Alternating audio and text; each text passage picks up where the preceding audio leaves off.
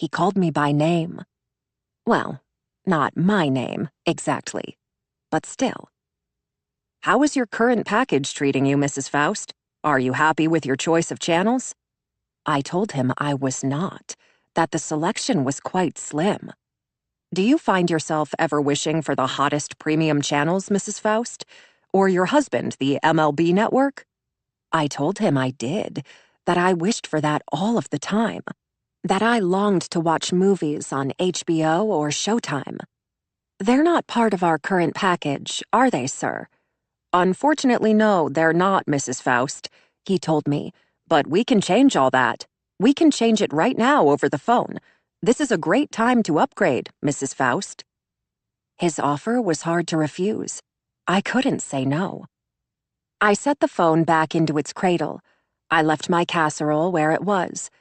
I ran my hands over the countertop. I opened and closed drawers, fiddled with the knobs of the gas range. I turned the dial, bypassed the ignition valve. It didn't take long for the smell of gas to reach my nose. I moved to the living room, laid my fingers on photographs, sat on the sofa, played the piano. I turned and headed toward the stairs, where I gripped the handrail, climbed the steps up. The steps were wooden, sunken in the middle. They were old as the house was old. I moved down the hall, looked in each room. It didn't take long to figure out which bedroom was his. The bed was wide. A pair of his pants was draped over the edge of a laundry basket. Inside were his shirts, his socks, her bras. I thumbed the lace of her bra, dropped it back in the basket, dug through until I found a sweater. It was brown wool, a cardigan, ugly and worn, but warm. I slipped my arms into it, ran my fingers along the ribbed trim, touched the buttons. I sank my hands into the big apron pockets, did a little spin. I went to Sadie's dresser, where her jewelry hung from a stand. I draped a necklace over my neck, slipped a bracelet over my wrist. I slid open a drawer, found makeup there. I watched on in the attached mirror as I patted my nose with her powder puff, as I swept her blush across my cheeks. "Don't you look lovely, Mrs. Foust?" I said to my reflection, though I'd always been so much prettier than Sadie. But even so, if I wanted to, I could do my hair like hers. I could dress like her, pass myself off as Mrs. Foust, persuade others to believe that I was Will's wife, his chosen one, if I wanted to. I went to the bed, grabbed a hold of the top sheet and pulled it back. The sheets were soft, gray, the kind with a high thread count, no doubt expensive. I ran my hands over the sheets. I fingered the hem. I sat on the edge of the bed. I couldn't help myself. I had to get inside. I slipped my feet under the sheets, moved down beneath the covers. I lay on my side, closed my eyes a while, pretended Will was beside me in bed. I was gone before he came back. He never knew I was there. I was there at the pier when he came. The day was dingy, gray. The clouds sank from the sky. They fell to street level, like smog. Everyone and everything was blurred because of it. Everyone was gray. There were people outside just for the hell of it, as if they liked this, the dreary cold. They stood staring at the ocean, watching a dot at sea that may or may not have been the ferry. It moved in, getting closer, leaving small boats behind. They rolled back and forth in the ship's wake. The wind cut through me like a knife. I stood with my ticket in hand, holed up behind the ticket booth, waiting for Will to come. I spotted him as he made his way down the street for the dock. His smile was electric. My heart beat hard. But he wasn't smiling at me. He was smiling at the hoi polloi, making small talk with the commoners. I waited behind the ticket booth, watched him take his place at the end of the line. I waited, then fell in line behind him, a handful of people between us. I draped a hood over my head. With sunglasses, I hid my eyes. The ferry was the last of us to arrive.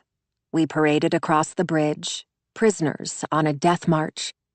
There were holes in the bridge, one of those you see straight through to the churning water below.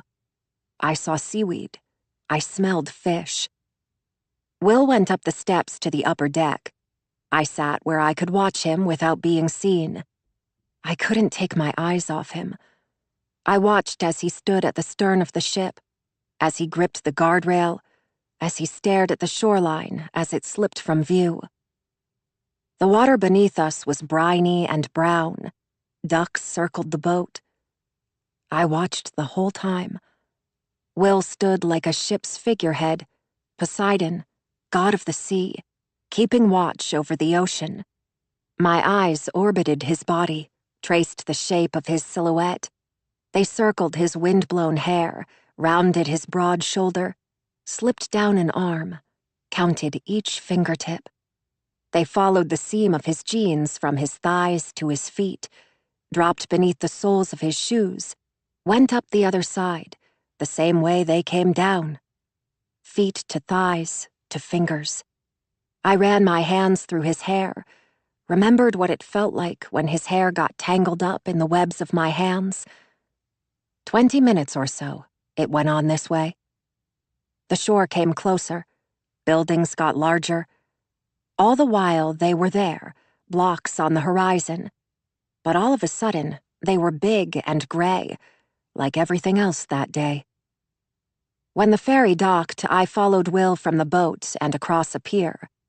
Somewhere on the other side of it, we hopped a bus. I dug in my bag, happy to see I had a Metra card. I climbed aboard. I found a seat behind him. The bus clomped along, shuttling us across town. It wasn't long before we arrived. Another college campus. More buildings covered in brick. I fell back into my usual routine, following Will as he walked, mirroring him, keeping 20 paces behind all the time. I watched as he made his way to a building. I climbed the steps 30 seconds after he did.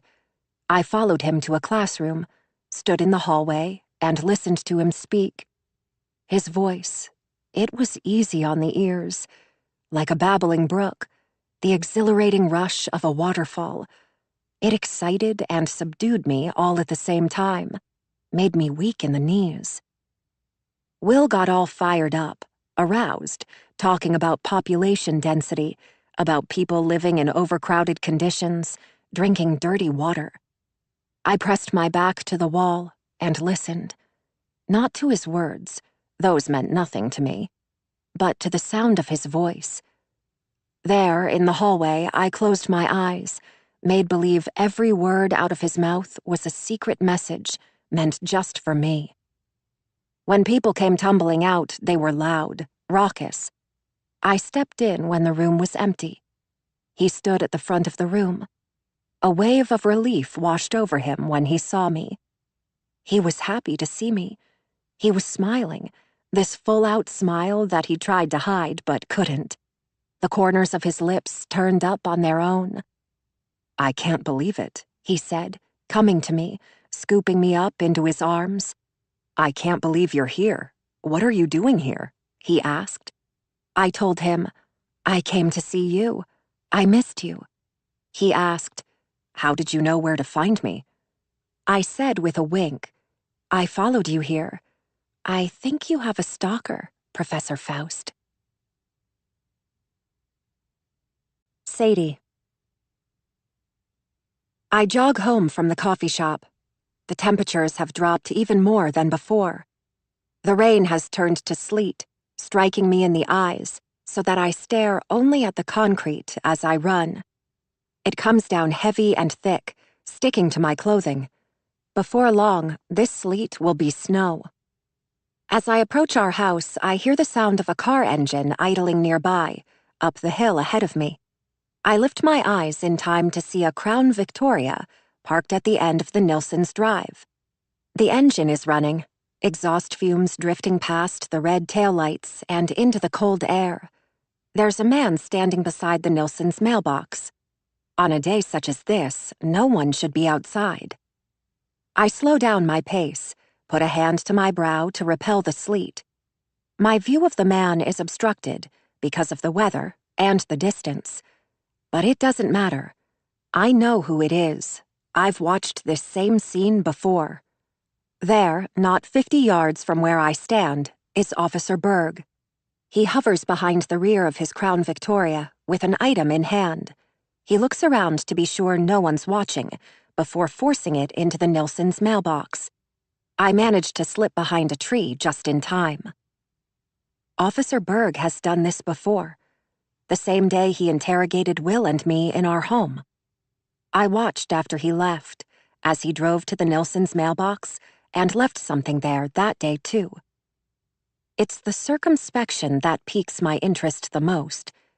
What is he leaving in the Nilssons' mailbox that he doesn't want anyone else to know about? Berg closes the receptacle door and climbs back into his car. He pulls away, over the crest of the hill. Curiosity gets the best of me. I know I shouldn't, and yet I do. I push the wet hair from my face, jog up the street. I reach in and take the item from the mailbox, with none of the circumspection Officer Berg had. Nearby, under the canopy of a tree, I see that it's an unmarked envelope, sealed shut, with a sheaf of paper packed inside. I hold the envelope up to the negligible light. I can't be certain, but I'm quite sure it's a wad of cash. The rev of a car engine in the distance startles me. I thrust the envelope back in the mailbox and walk quickly home. It's mid-morning, but for as dreary as it is outside, it might as well be the middle of the night. I hurry inside my home, closing and locking the door behind myself. The dogs come running to greet me, and I'm grateful for their company. I turn away from the window. In the foyer, I trip over something. It's a toy, one of Tate's toys, which, upon closer inspection, is a doll. I think nothing of it, the fact that it's a doll. We're not into gender-specific toys in our home. If Tate wants to play with a doll over Transformers, so be it. But it's the placement of it that upsets me, lying in the middle of the foyer so that someone might trip. I kick it aside, taking my anxiety out on the poor doll. I call Will, but he's in the middle of a lecture. When he finally gets a chance to call me back, I tell him about the coroner report, about the boning knife. But Will already knows, because he read about it once he reached the mainland this morning. It's horrible, he says, and together we chew over how tragic and unthinkable the whole thing is. Are we safe here? I ask Will, and when he hesitates, because how can either of us know if we're safe, I say decisively, I think that we should leave. Before he can argue, I say, Imogen would come with us, of course. What I don't say is that on our turf, we'd have the upper hand. I'd feel a sense of control over Imogen that I don't feel now. Leave and go where? Will asks. But it seems so obvious to me, the way that our fresh start isn't so fresh after all. Our stay in Maine has been stormy, to say the least. If anything, our lives have gotten worse since being here. Home, I tell him, but he only asks, where is home anymore, Sadie? And at those words, my heart aches. Our Chicago condo, the one where Will and I spent our entire married lives until now, is gone, sold to a couple of millennials. My job at the hospital is gone too, no doubt replaced with some young recent med school grad.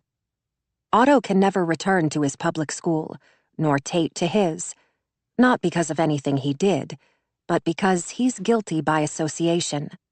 They'd both need to go to some private school, and on Will's salary alone, assuming he could even get his old job back, that would never work. When I say nothing, Will says, let's talk about this when I get home. And I say, okay. I end the call and make my way into the kitchen to start the tea kettle. As I cross into the kitchen, I see our knives, and am stricken with a morbid curiosity to see for myself what a boning knife is, what one looks like, to hold it in my hand. Will has a set of knives he keeps in a wooden block on the counter, just out of reach of Tate's inquisitive hands. I go to the block. I don't know what a boning knife is, but an internet search tells me I'm looking for an arched blade with a very sharp point, 5 to 9 inches long. I yank on the handles of the knives, pulling them out in turn to examine their blades. It doesn't take long to see that there's no knife matching the description in the block. Furthermore, I see that one space on the wooden block is empty. This set of 21 knives only contains 20. One knife is gone. My imagination gets the best of me. I try to stay calm, sensible, remembering again about Occam's razor. Maybe some other knife belongs here. Maybe Will doesn't own a boning knife. Maybe the missing knife is in the sink, though I look and it's not. Maybe Will lost that knife long ago, or it got placed in the cutlery drawer by mistake.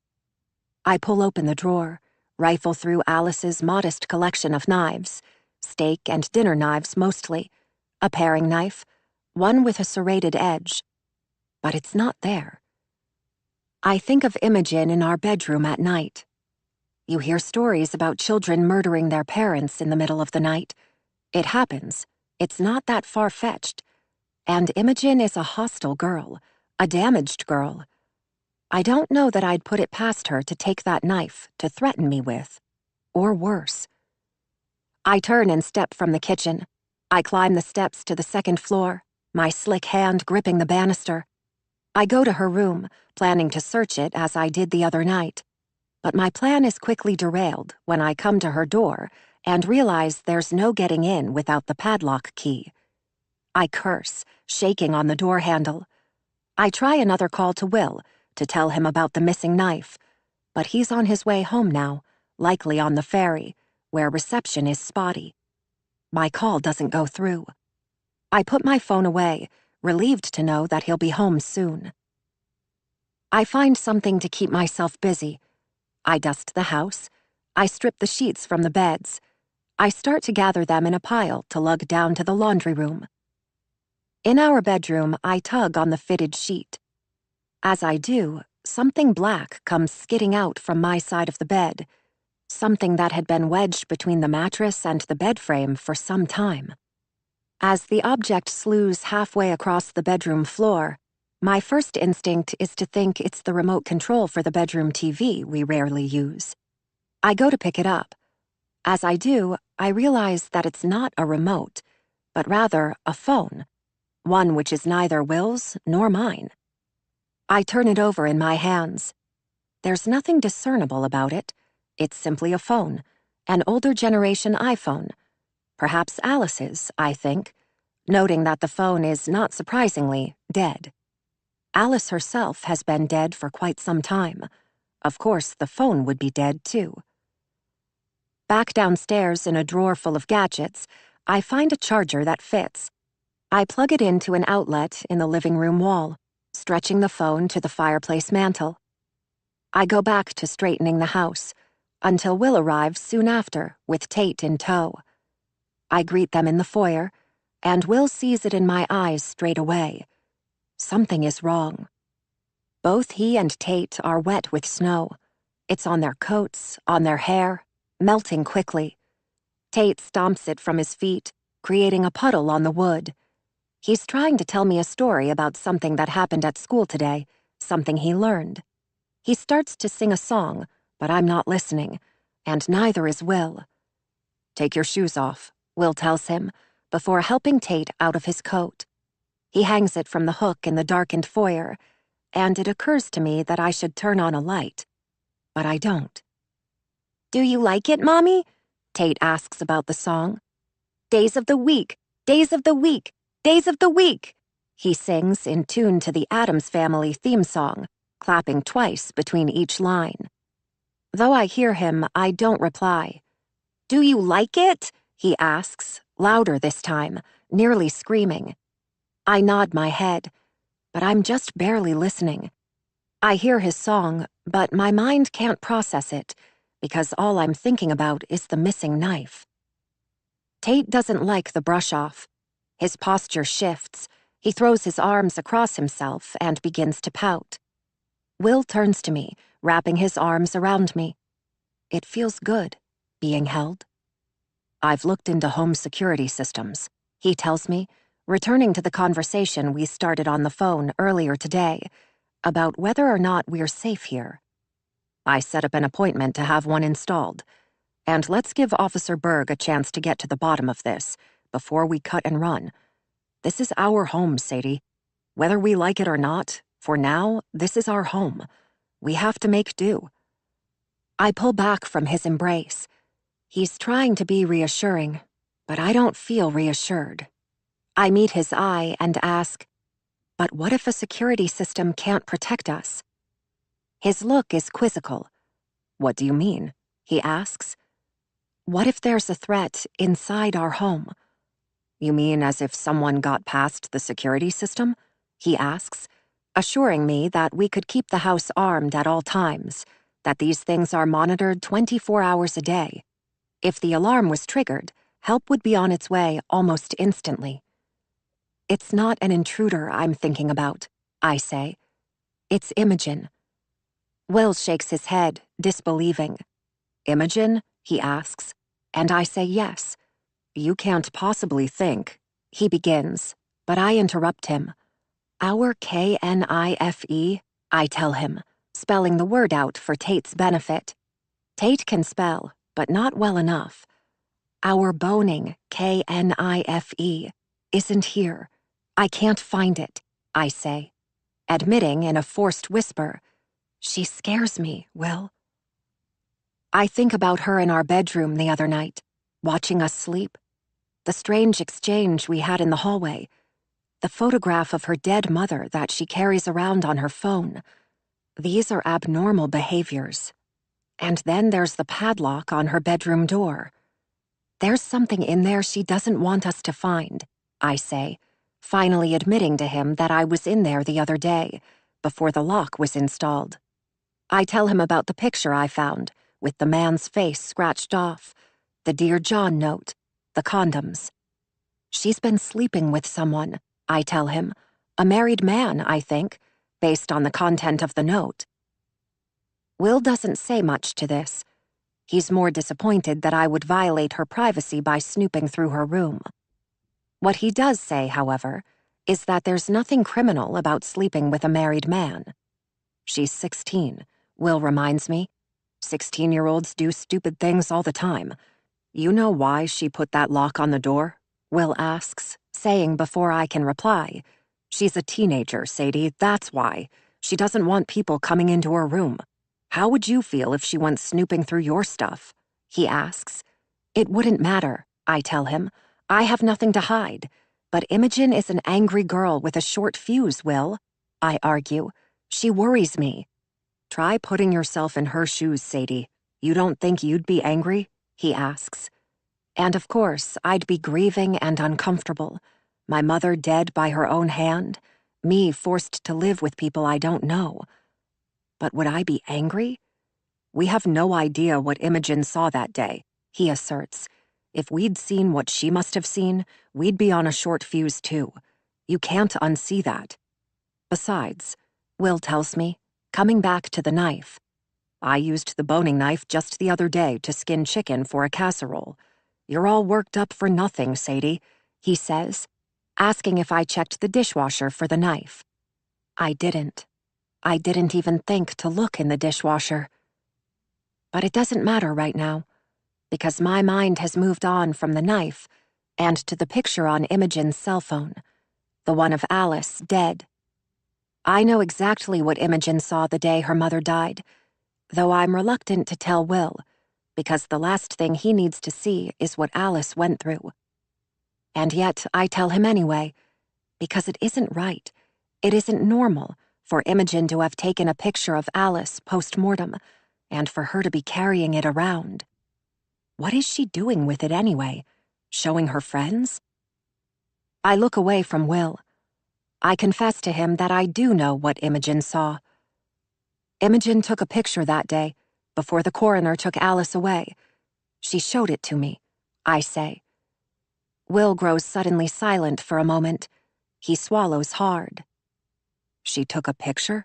He asks after some time. I nod. What did she look like? He asks, meaning Alice. I'm generally nondescript. Well, she was DEAD, I tell him, treading lightly. But she looked peaceful. I lie. I don't tell him about claw marks, the severed tongue. I don't tell him about the state of the attic, the toppled storage boxes, the broken lamp, the pitch-pulled telescope. But I recreate them in my mind, imagining Alice's thrashing body knocking into these things, toppling them, as her oxygen supply was siphoned off. As I dredge up the images of them, something gets under my skin, because I picture the boxes and the lamp overturned, and yet the step stool, the one Alice used to raise herself up to the height of the noose, stood upright. I remember that now. How could the very thing that Alice would have needed to kick away to go through with the suicide not be overturned? Even more, the stool was out of reach of Alice's body, which makes me think someone else yanked it from beneath her feet. In which case, was it even a suicide? Or was it murder? I turn white. A hand goes to my mouth. What's wrong? Will asks. Everything all right? I shake my head, tell him no, I don't think so. I just realized something, I say, and he asks with urgency, what? The picture of Alice, on Imogen's phone, I say. What about it? He asks. The police hadn't come yet when Imogen took the picture. It was only Imogen, I say, wondering how much time lapsed in between her arriving home and calling the police. Was it enough time for Imogen to stage a suicide? Imogen is tall, but she's not heavily built. I can't imagine she'd have had the strength to haul Alice to the 3rd floor, even if Alice was drugged and unconscious, unable to fight back. To hoist her up and into the noose? Not alone.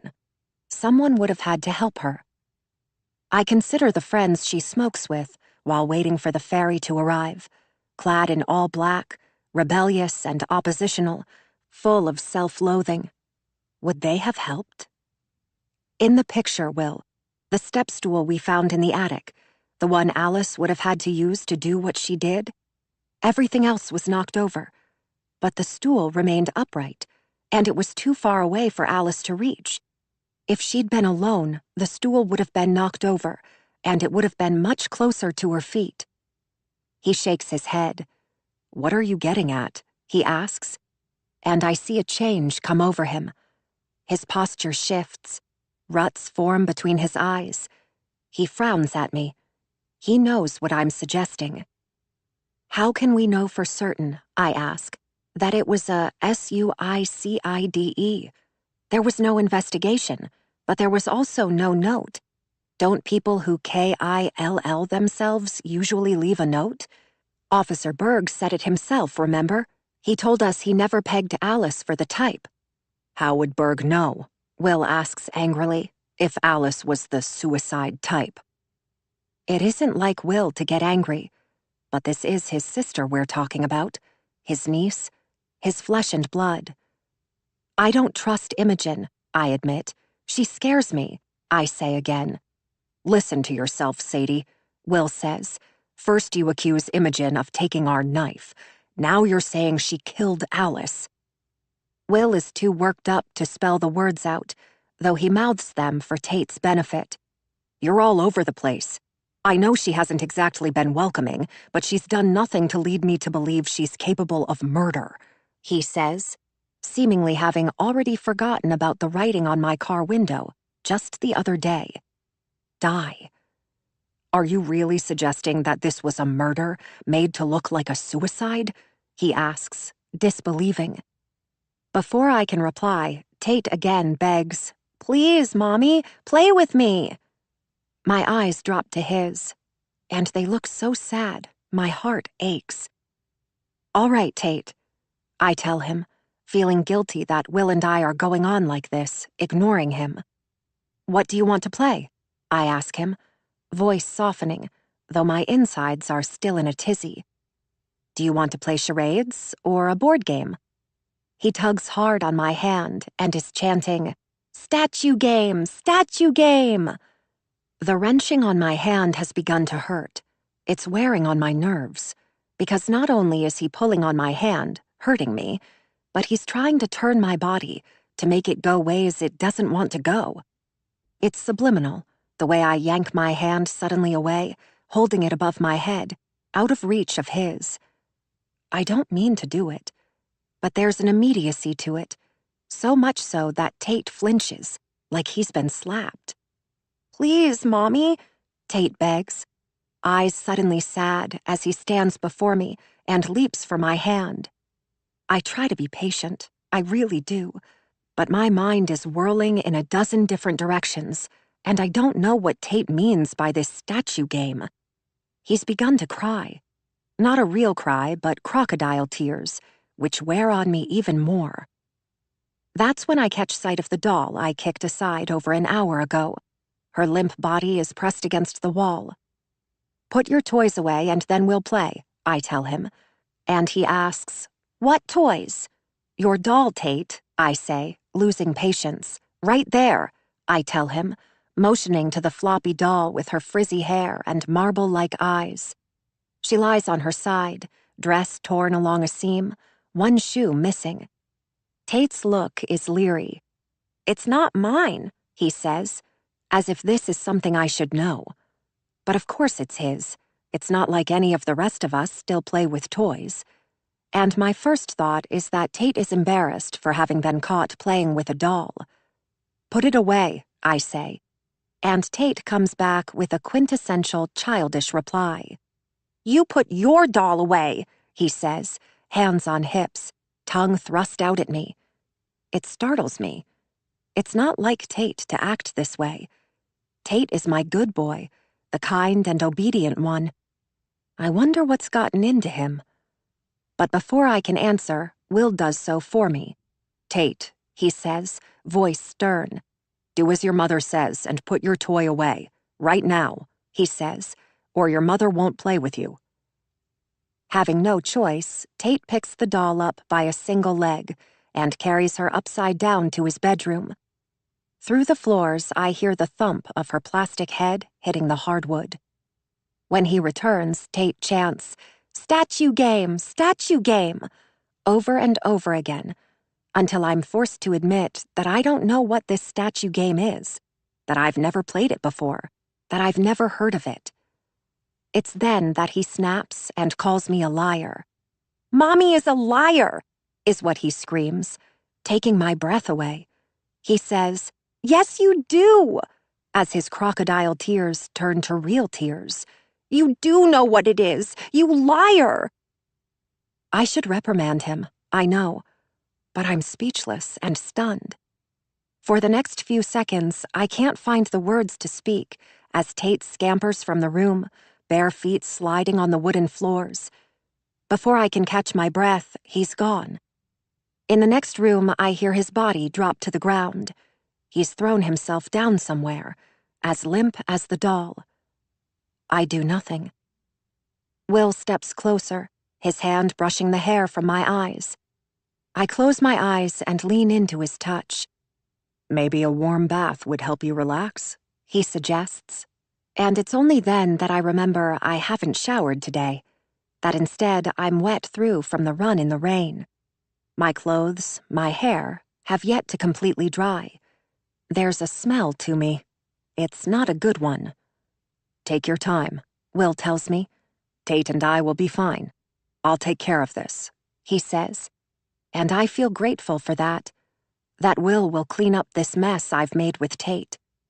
By the time I return from my bath, everything will be as good as new. On the way upstairs, I call back to Tate that we'll play something just as soon as I'm through. "Okay, buddy?" I ask, leaning over the banister where I see him, body thrown across the arm of the sofa, tears seeping into the marigold fabric. if he hears me, he makes no reply. Beneath my feet, the steps creak. Upstairs in the hall, I find the sheets stripped from the beds, just where I left them.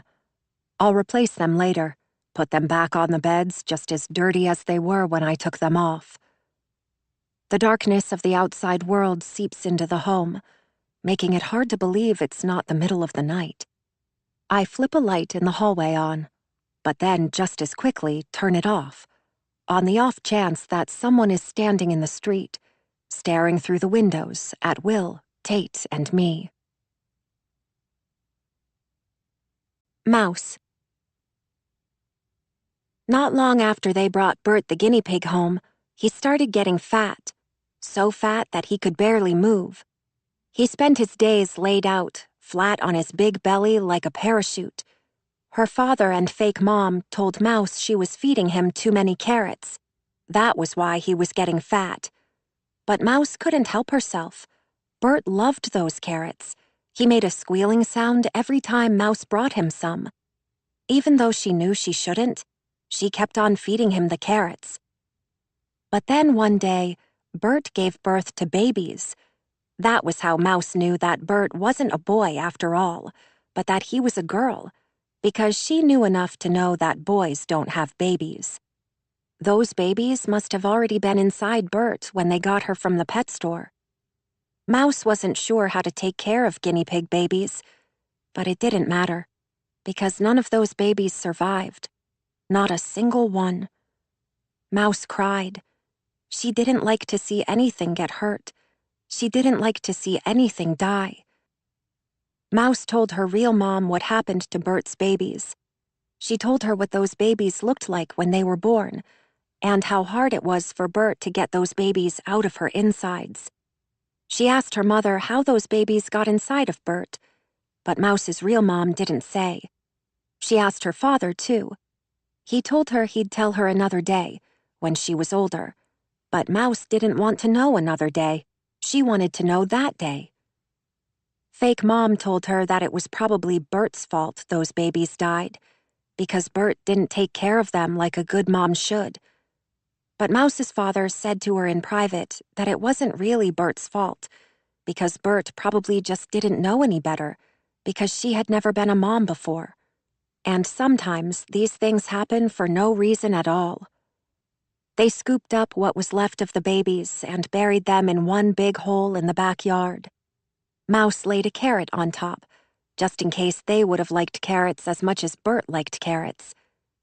But Mouse saw the look on fake mom's face. She was happy those babies were dead. Mouse thought that maybe fake mom had something to do with Bert's babies dying, because she didn't like having one rodent in the house, let alone 5 or 6. She said that to Mouse all the time.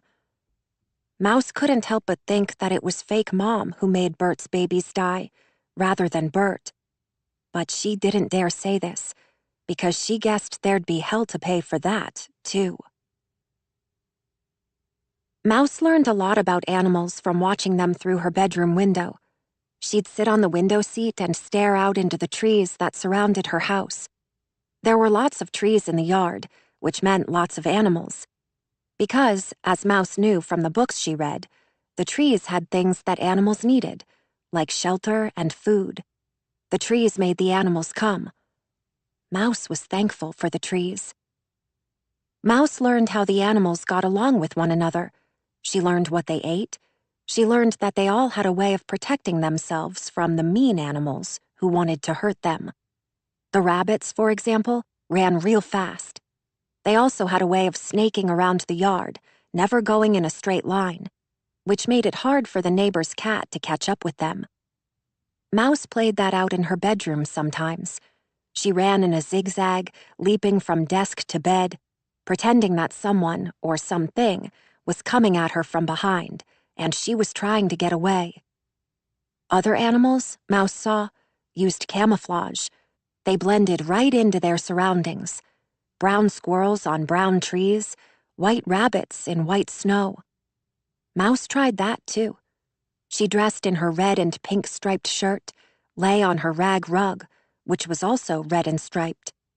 There, she made believe she was invisible on account of her camouflage, that if someone came into the room, they'd step right on her because they couldn't see her lying here. Other animals played dead or fought back. Still others came out only at night so they wouldn't be seen. Mouse never saw those animals. She was asleep when they came out.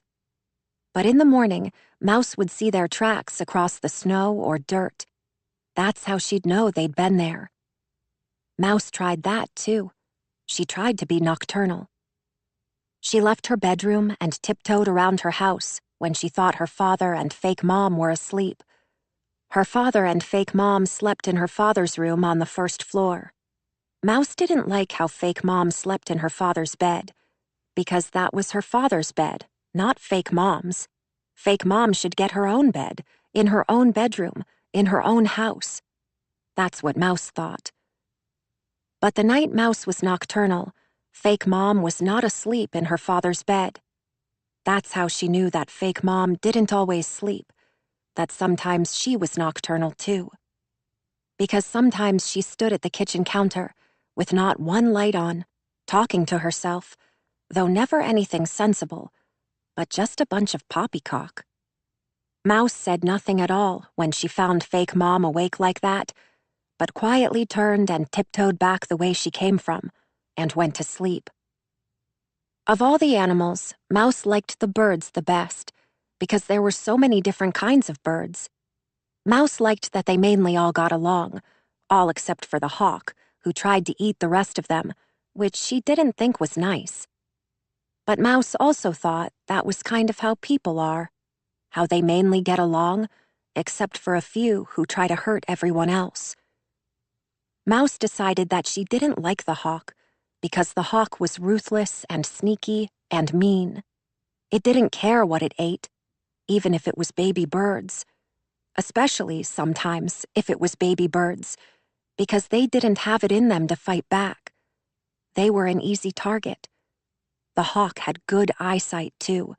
Even when you didn't think it was watching, it was, like it had eyes on the back of its head. In time, Mouse came to think of fake mom a little bit like that hawk, because she started picking on Mouse more and more when her father went to his other office or when he was talking on the phone behind the closed door. Fake mom knew that Mouse was like one of those baby birds who couldn't defend herself in the same way a mom or dad bird could. It wasn't as if fake mom tried to eat Mouse like the hawks tried to eat the baby birds. This was different, more subtle, bumping Mouse with her elbow when she passed by, stealing the last of the Salerno butter cookies from Mouse's plate, saying at every chance she could how much she hated mice, how mice are dirty little rodents. Mouse and her father spent a lot of time together before fake mom arrived. He taught her how to play catch, how to throw a curveball, how to slide into second base with a pop-up slide. They watched old black and white movies together. They played games, Monopoly, and card games, and chess. They even had their very own made-up game that didn't have a name, just one of those things they came up with on a rainy afternoon. They'd stand in the living room, spin in circles until they were both dizzy. When they stopped, they froze in place, holding whatever silly position they landed in. The first one to move was the loser, which was usually Mouse's father, because he moved on purpose so that Mouse could win, same as he did with Monopoly and chess. Mouse and her father liked to go camping. When the weather was nice, they'd load their tent and supplies into the back of her father's car and drive into the woods. There, Mouse would help her father pitch the tent and gather sticks for a campfire. They'd roast marshmallows over the fire. Mouse liked it best when they were crispy and brown on the outside, but mushy and white inside. But fake mom didn't like for Mouse and her father to go camping, because when they did, they were gone all night. Fake mom didn't like to be left alone.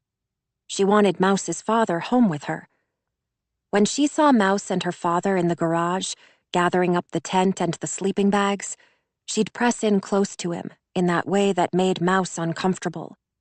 She'd lay her hand on Mouse's dad's chest and nuzzle her nose into his neck like she was smelling it. Fake Mom would hug and kiss him and tell Mouse's father how lonely she was when he was away, how she got scared at night when she was the only one home.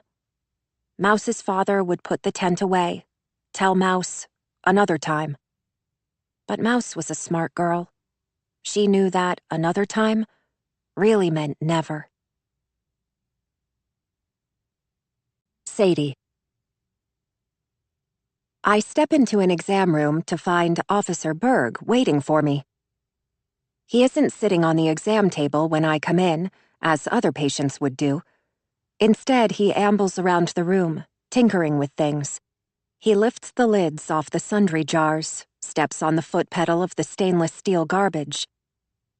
As I watch, he helps himself to a pair of latex gloves, and I say, "Those aren't free, you know." Officer Berg stuffs the gloves back into the cardboard box, saying, "You caught me," as he goes on to explain how his grandson likes to make balloons with them. "You're not feeling well, officer?" I ask, as I close the door behind myself and reach for his file, only to find the plastic box where we leave them empty. My question is rhetorical, it seems.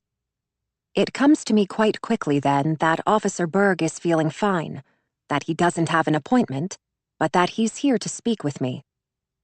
This isn't an exam, but rather an interrogation. "I thought we could finish our conversation," he says. He looks more tired today than he did before, the last time I saw him, when he was already tired. His skin is raw from the winter weather, wind-blown and red. I think that it's from all the time spent outdoors, watching the ferry come and go. There have been more police than usual around the island, detectives from the mainland trying to step on Officer Berg's toes. I wonder what he thinks of that. The last time there was a murder on the island, it was 1985. It was gory and ghastly, and still unsolved. Crimes against property are frequent, crimes against persons, rare. Officer Berg doesn't want to end up with another cold case when the investigation is through. He needs to find someone to pin this murder on.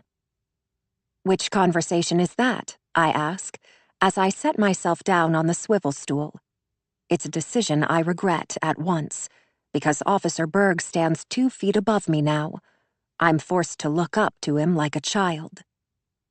He says, "The one we began in your car the other day." And I feel a glimmer of hope for the first time in days, because I now have the evidence on my phone to prove I didn't argue with Morgan Baines the day Mr. Nilsson says I did. I was here at the clinic that day. I say to Officer Berg, "I told you already, I didn't know Morgan. We never spoke. Isn't it possible that Mr. Nilsson is mistaken? He is getting on in years," I remind him. "Of course it's possible, Dr. Foust," he begins, but I stop him there. I'm not interested in his theories when I have proof. "You told me that the incident between Morgan and me happened on December 1st, a Friday," I say, as I retrieve my cell phone from the pocket of my smock. I open the Photos app and swipe across each image until I find the one I'm looking for. "The thing is that on December 1st, I say when I find it, I was here at the clinic, working all day. I couldn't have been with Morgan, because I can't be in 2 places at one time, can I?" I ask, my words rightfully smug. I hand him my phone so he can see for himself what I'm talking about. The photograph of the clinic's dry erase calendar where Emma has written my name, scheduling me for a 9-hour shift on Friday, December 1st. Officer Berg looks it over. There's this moment of hesitation before the realization sets in. He gives in. He nods. He drops to the edge of the exam table, eyes locked on the photograph. He rubs at the deep trenches of his forehead, mouth tugging down at the corners into a frown. I would feel sorry for him if he wasn't trying to pin Morgan's murder on me.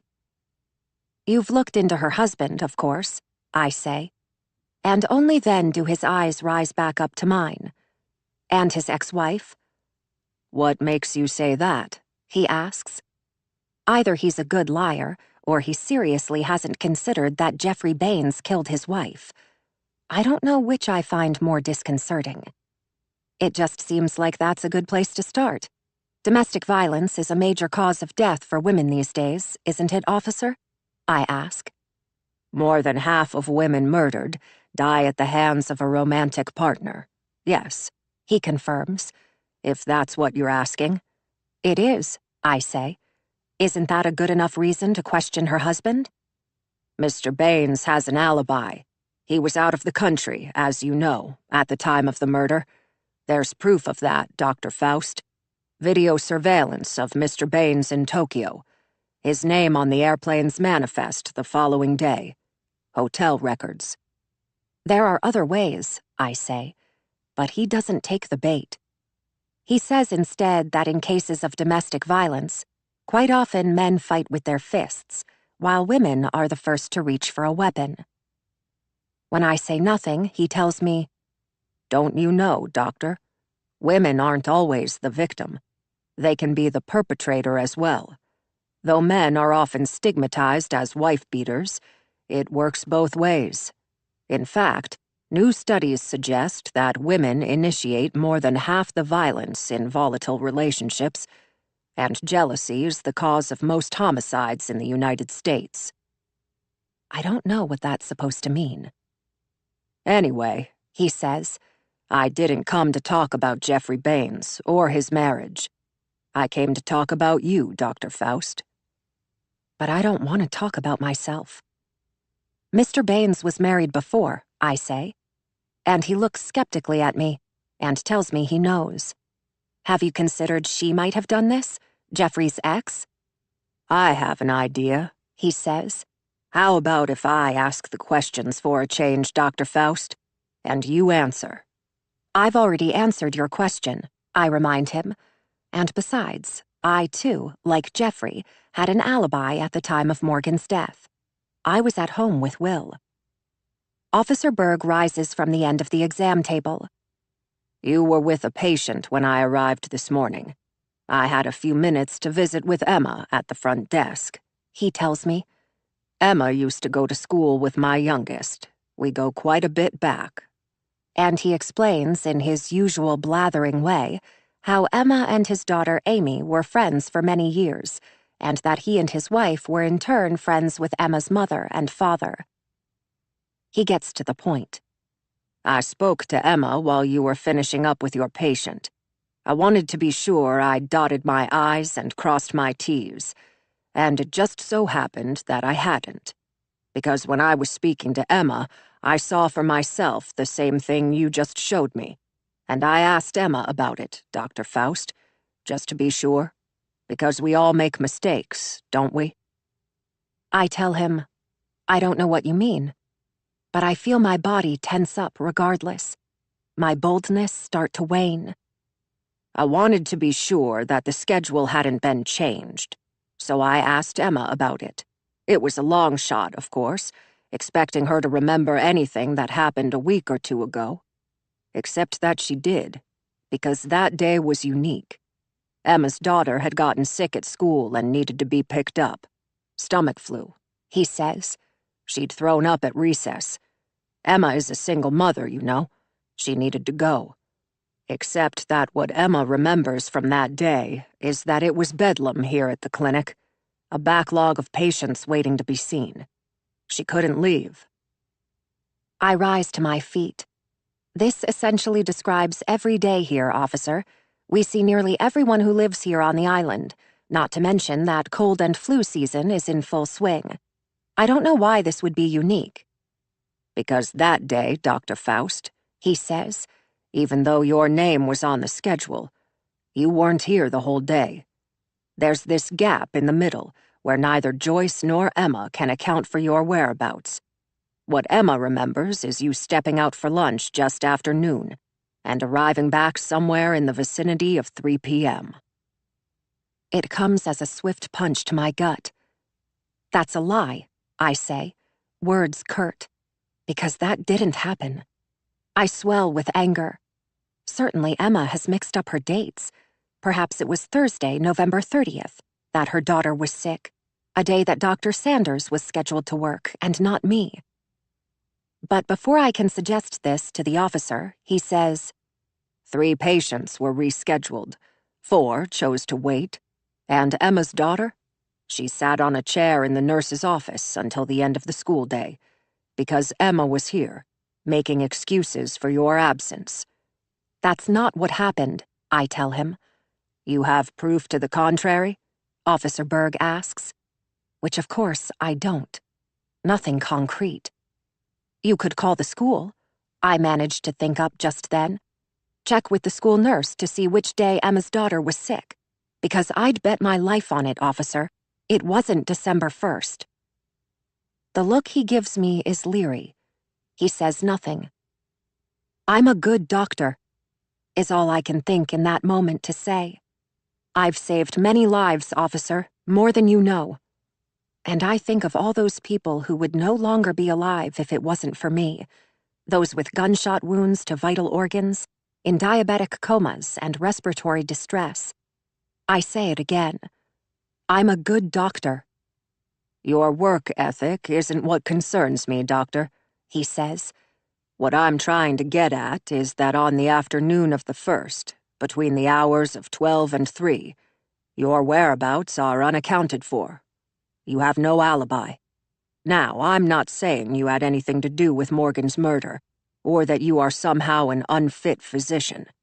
What I'm saying is that there seems to be some ill will between you and Mrs. Baines, some sort of hostility that needs explaining, as do your lies.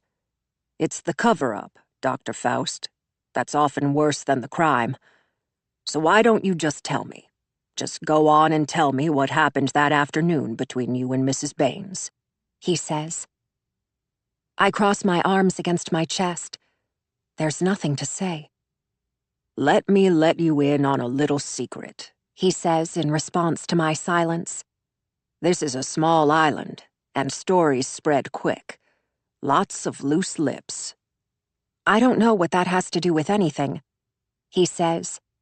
Let's just say that yours wouldn't be the first husband who ever had eyes for Mrs. Baines. And then he offers a flinty stare, waiting for some response, for me to become indignant. I won't give in. I swallow hard. I force my hands behind me. They've begun to shake. Will and I are happily married, madly in love, I say, forcing my eyes on his. Will and I were madly in love, once. It's a half-truth, not a lie. The lie comes next. Will has never had eyes for any woman but me. Officer Berg smiles, but it's a tight-lipped smile, a smile that says he knows better than to believe this. Well, he says, careful with his words. Mr. Foust is a very lucky man. You're both lucky. Happy marriages these days are a rare bird. He raises his left hand to show me the bare ring finger. Married twice, he confesses. Divorced twice. No more weddings for me. Anyhow, he says, maybe I misinterpreted what they said. My willpower isn't strong. I know I shouldn't, and yet I do. I take the bait. What who said? I ask. He tells me, the mothers at the school pickup line. They stand in clusters outside the gate, waiting for their kids to be released. They like to talk, to gossip, as I'm sure you know. For most, it's the only adult conversation they have all day, until their husbands come home from work. It strikes me as a very misogynistic thing to say, that women gossip, that husbands work. I wonder what Officer Berg thinks of Will's and my arrangement. I don't ask. He goes on to say, it's just that, when I questioned them, they alluded to the fact that your husband and Mrs. Baines were quite... What's the word they used? He thinks aloud, deciding, chummy. Yes, that's it, chummy. He said that they were quite chummy. My reply is immediate. You've met him. Will is outgoing, easy to get along with. Everyone likes him. This doesn't surprise me. No, he asks, because the details, he tells me, Surprised me a bit.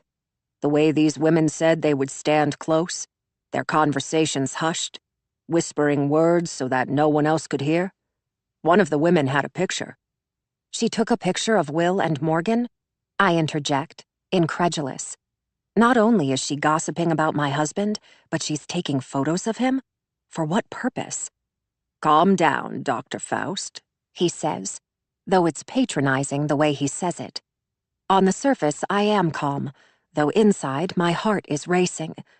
She took a picture of her son coming out of school. He'd received the principal's award, he explains, finding the photo that this woman shared and showing it to me. Her son stands in the foreground, maybe 10 years old, a mop of flaxen hair that hangs into his eyes, his winter coat unzipped, shoe untied. In his hands, he holds a certificate that reads Principal's Award, a big deal in elementary school, though it shouldn't be. Because by the end of the year, everyone gets one. But for the kids, it's a big deal. The boy's grin is wide. He's proud of his certificate. My eyes move to the background. There stand Will and Morgan, just as Officer Berg described. They stand close in a way that makes my stomach churn. He's turned toward her, facing her, his hand on her arm. There's sadness on her face, in her eyes. It's plain to see.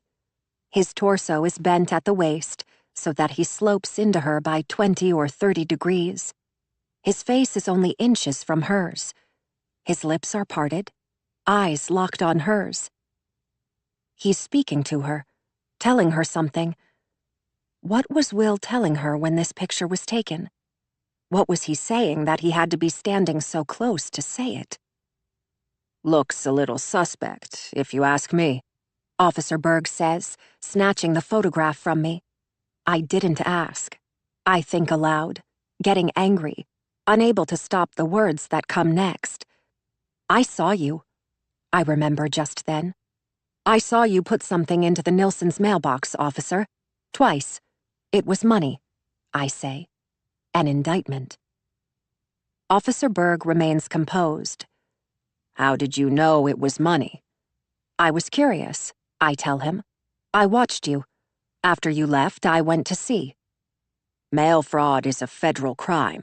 It carries a hefty penalty, Dr. Faust. Up to 5 years in prison, a steep fine. But this wasn't mail, was it? Mail goes through the postal service. This didn't.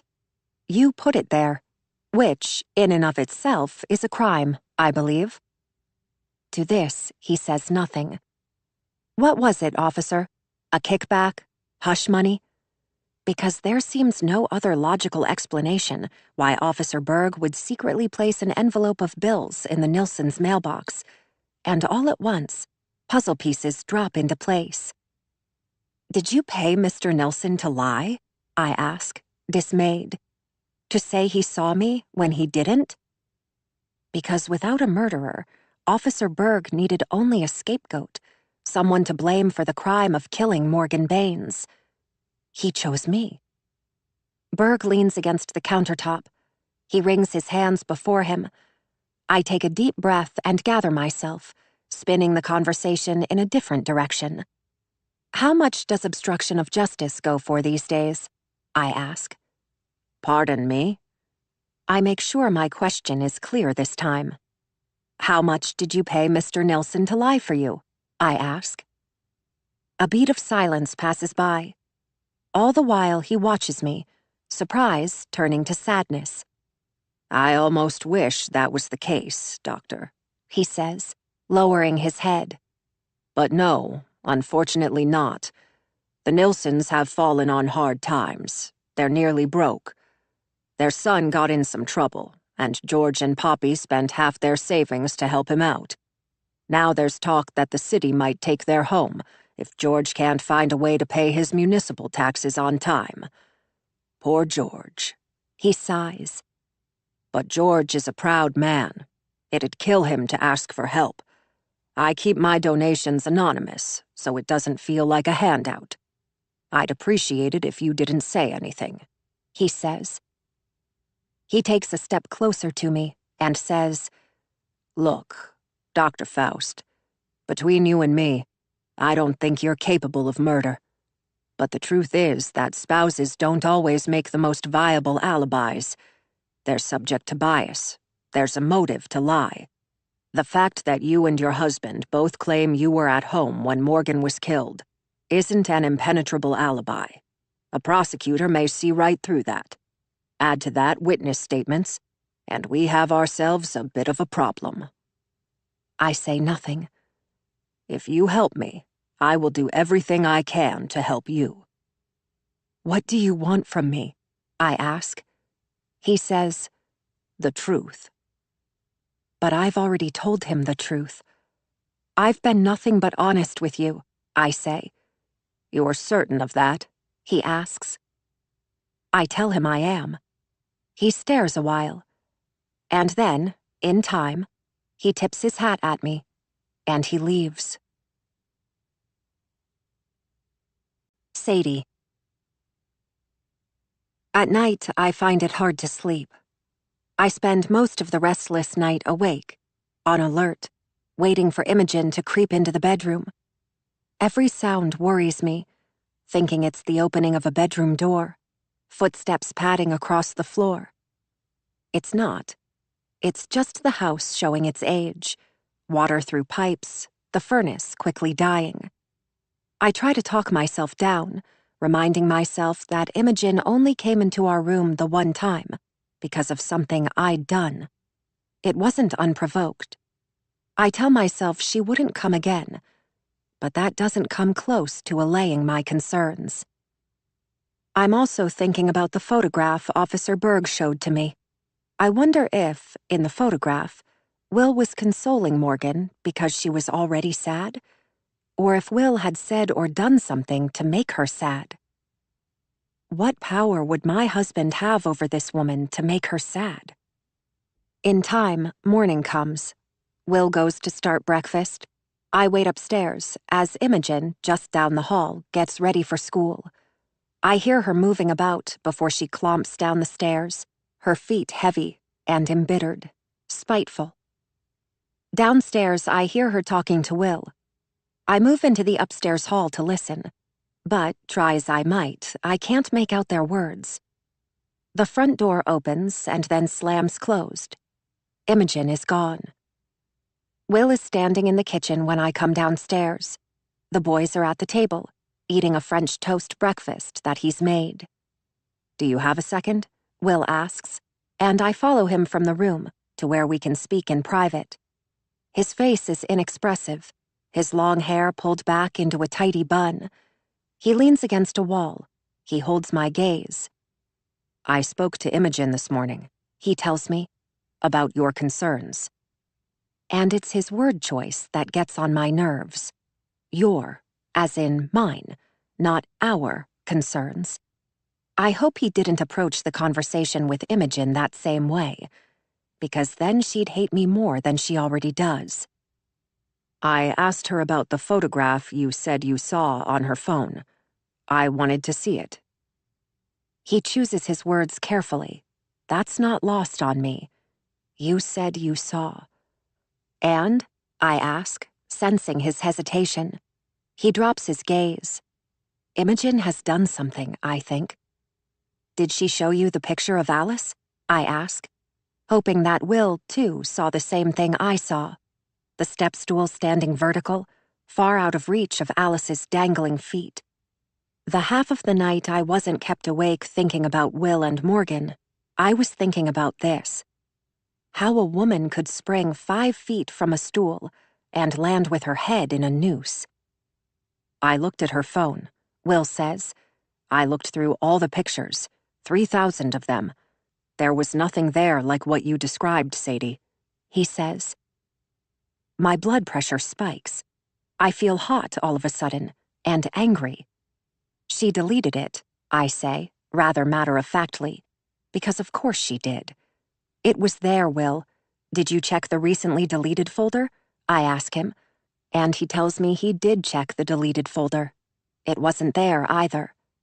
Then she permanently deleted it, I say. Did you ask her about it, Will? I did, Sadie. I asked her what happened to the photograph. She said there never was a photograph. She couldn't believe you'd make something like this up. She was upset. She thinks you don't like her. At first, I say nothing. I can only stare, struck dumb by his statement. I search Will's eyes. Does he, too, think I made this up? Tate calls to Will from the kitchen. He's hungry for more French toast. Will goes to the kitchen. I follow along. She's lying, you know.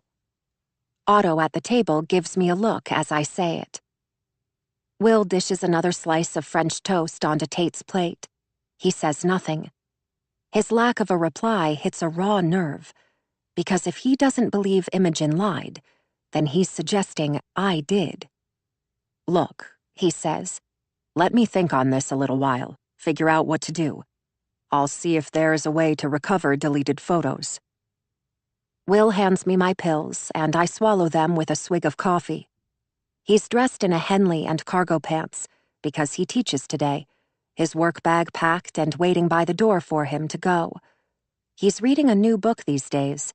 It's there, jutting out from his work bag on the floor. A hardcover with a dust jacket, the spine of which is orange.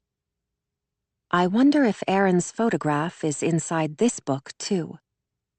Tate stares sideways at me from the table. Though I've tried to apologize, he's still mad at me for what happened the other day with the doll and his game. I decide to pick up a new Lego kit for him today. Legos make everything better. Otto and I go. He's quieter than usual in the car. I see in his eyes that something is wrong.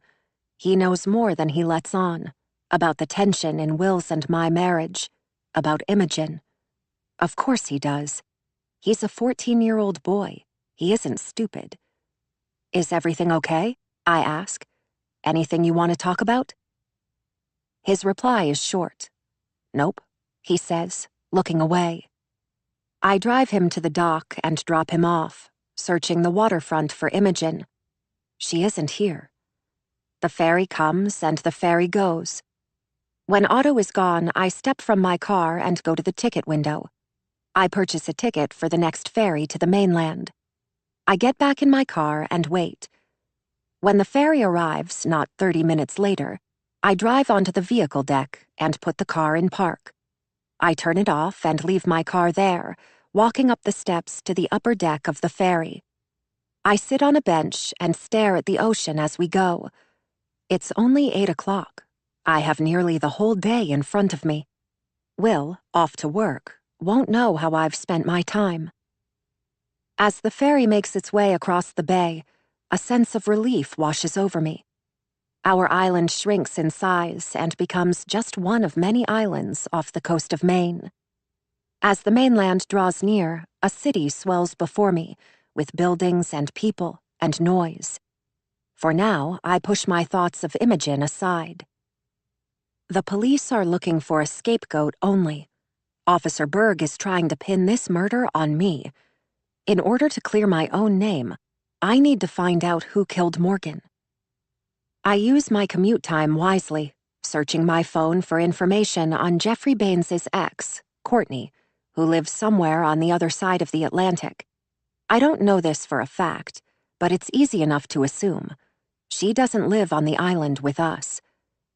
And I watched the other day, after the memorial service, as she and her red Jeep boarded the ferry and disappeared out to sea. I type Courtney Baines into the web browser. Finding her is almost too easy because I come to find out she's the superintendent of the local school district. Her name pops up nearly everywhere. It's all very professional, nothing personal. Superintendent Baines approving salary increases for teachers and staff.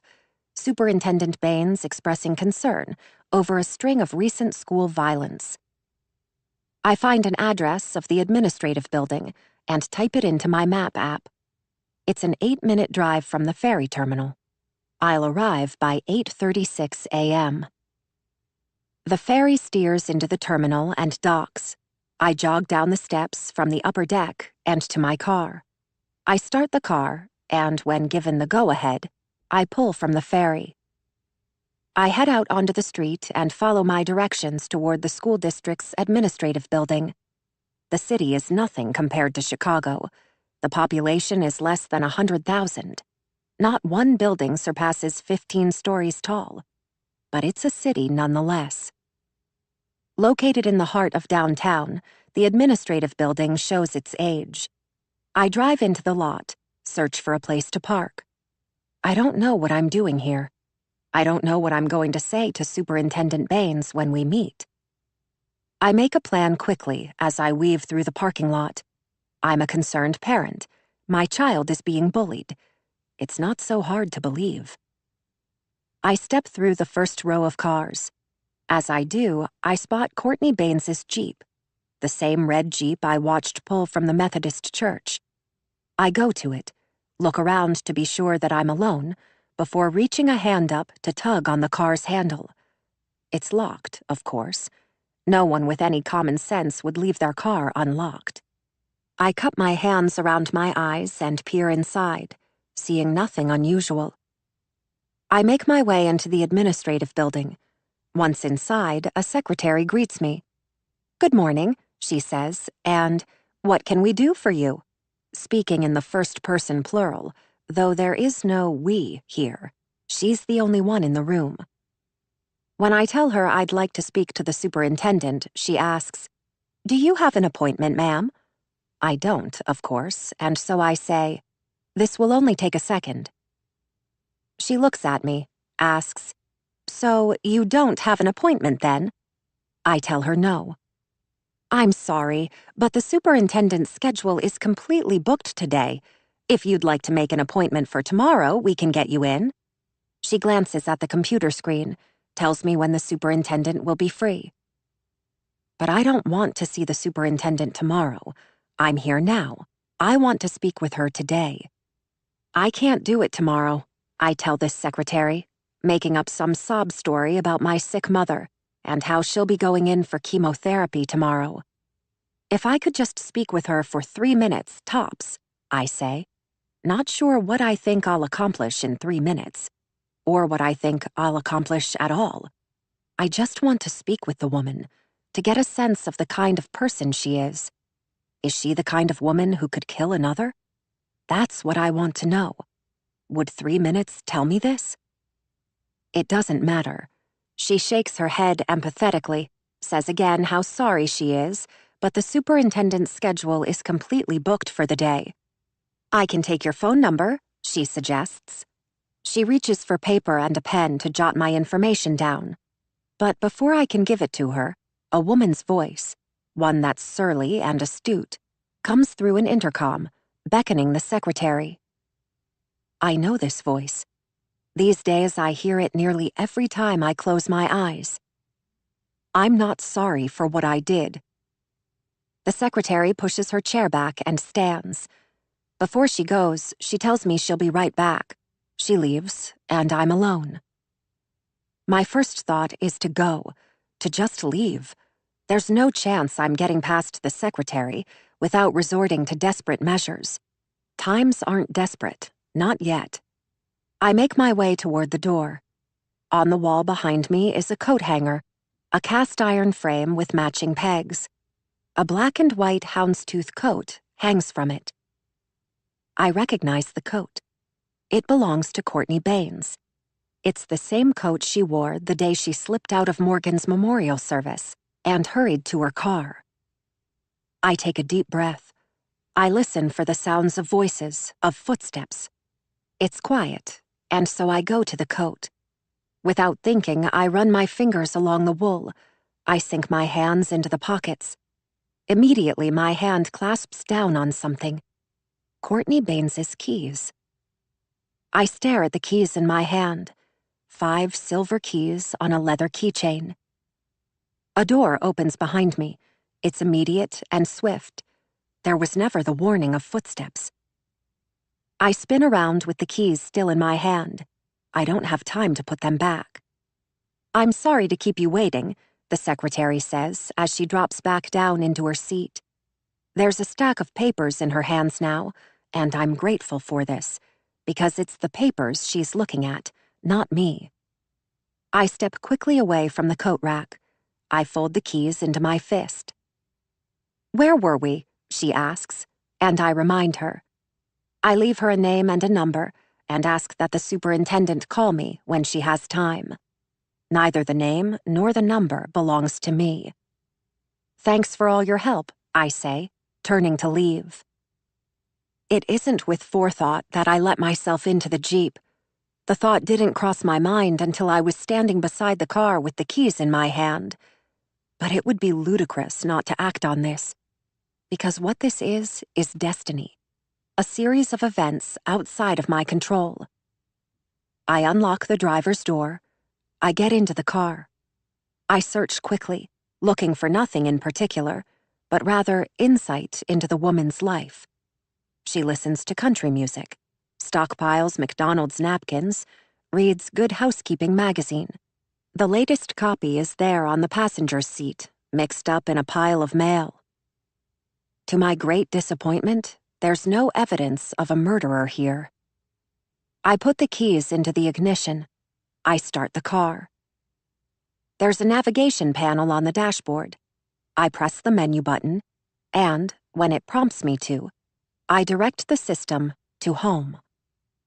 Not my home, but Courtney Baines's home. And just like that, I have an address on Brackett Street, less than 3 miles away. I have no choice but to go. Mouse. What Mouse came to learn about fake Mom was that there were 2 sides to her, like a coin. When Mouse's father was around, fake Mom took an hour in the morning to get dressed, to curl her hair. She wore a pretty hot pink lipstick and perfume. She made breakfast for Mouse and her father before he went to work. Fake Mom didn't make cereal like Mouse was used to eating, but something else like pancakes, crepes, eggs Benedict. Mouse had never had crepes or eggs Benedict before. The only breakfast her father ever made her was cereal. When Mouse's father was around, fake Mom spoke with a voice that was soft, sweet, and warm. She called Mouse things like sweetie and darling and doll. "You want powdered sugar on your crepes, doll?" fake Mom would ask, holding the shaker of it in her hand, ready to douse the crepes with a heap of delicious powdered sugar, the kind that melted in Mouse's mouth. Mouse would shake her head, though she really did want that powdered sugar. But even at 6 years old, Mouse knew that nice things came with a price sometimes, one she didn't want to pay. She started missing her father's cold cereal, because that never came with a price, only milk and a spoon. When Mouse's father was around, fake Mom was kind. But Mouse's father wasn't always around. He had the kind of job where he traveled a lot. When he left on one of his business trips, he was gone for days. Until that first time he left her with fake Mom, Mouse had never been alone with her for long. Mouse didn't want to be left alone with her. But she didn't tell her father this, because she knew how much her father loved fake Mom. She didn't want to hurt his feelings. Instead, she held on to his arm as he said his goodbyes. She thought that if she held on real tight, he wouldn't go. Or if he did, that he'd bring her with him. She was small. She could fit in his suitcase. She wouldn't make a peep. But he didn't do either. "I'll be back in a few days," her father promised her. He didn't tell her exactly how many was a few. He pulled his arm gently away, kissed Mouse on the forehead before he left. "You and I are going to get along just fine," fake Mom said, stroking Mouse's brown hair with her hand. Mouse stood in the doorway, trying not to cry, as fake Mom's tacky hand tugged on her hairs from her head. She didn't think fake Mom meant to pull her hair, but maybe she did. And either way, it made Mouse wince. She took a step forward, trying to stop her father before he could leave. Fake Mom's hand went to Mouse's shoulder, and she squeezed real tight, not letting go. That, Mouse knew, she meant to do. Mouse carefully raised her eyes to fake Mom, not sure what she would find when she did. Slanted eyes, an angry stare. That was what she thought she'd see. It was neither, but rather a frightening smile, the kind that made her insides hurt. "If you know what's good for you, you will stop where you are and say goodbye to your father," Fake Mom ordered. Mouse complied. They watched as her father's car pulled out of the drive. They stood in the doorway as the car rounded a bend down the street. It disappeared somewhere Mouse couldn't see. Only then did Fake Mom's grip on Mouse's shoulder lessen slightly. As soon as he was gone from sight, Fake Mom turned mean. In the blink of an eye, that soft, sweet, warm voice went cold. Fake Mom turned away from the door. She slammed it closed with the bottom of her foot. She hollered at Mouse to stop looking for her father, that her father was gone. "He isn't coming back, not anytime soon. You better just deal with it," she said, before telling her to get away from the door. Fake Mom's eyes moved around the room, looking for some transgression she could get angry about. Any transgression. She found it in Mr. Bear, Mouse's beloved brown bear, who sat perched in the corner of the sofa, positioned with the remote control under his tiny furry hand. Mr. Bear was watching TV, just the same as he did every day, all the same shows that Mouse liked to watch. But Fake Mom didn't want the bear to watch TV. She didn't want the bear anywhere she could see him. She snatched it from the corner of the sofa by a single arm, telling Mouse that she needed to put her stupid toys away before she threw them in the trash. She shook the living daylights out of the bear before hurling him to the ground. Mouse looked at her beloved bear lying on the ground. He looked to Mouse like he was asleep, or maybe he was dead, on account of Fake Mom shaking him so much. Even Mouse knew you weren't supposed to do that to a living thing. Mouse knew she should shut her mouth. She knew she should do as told, but she couldn't stop herself. Without meaning for them to, words came out.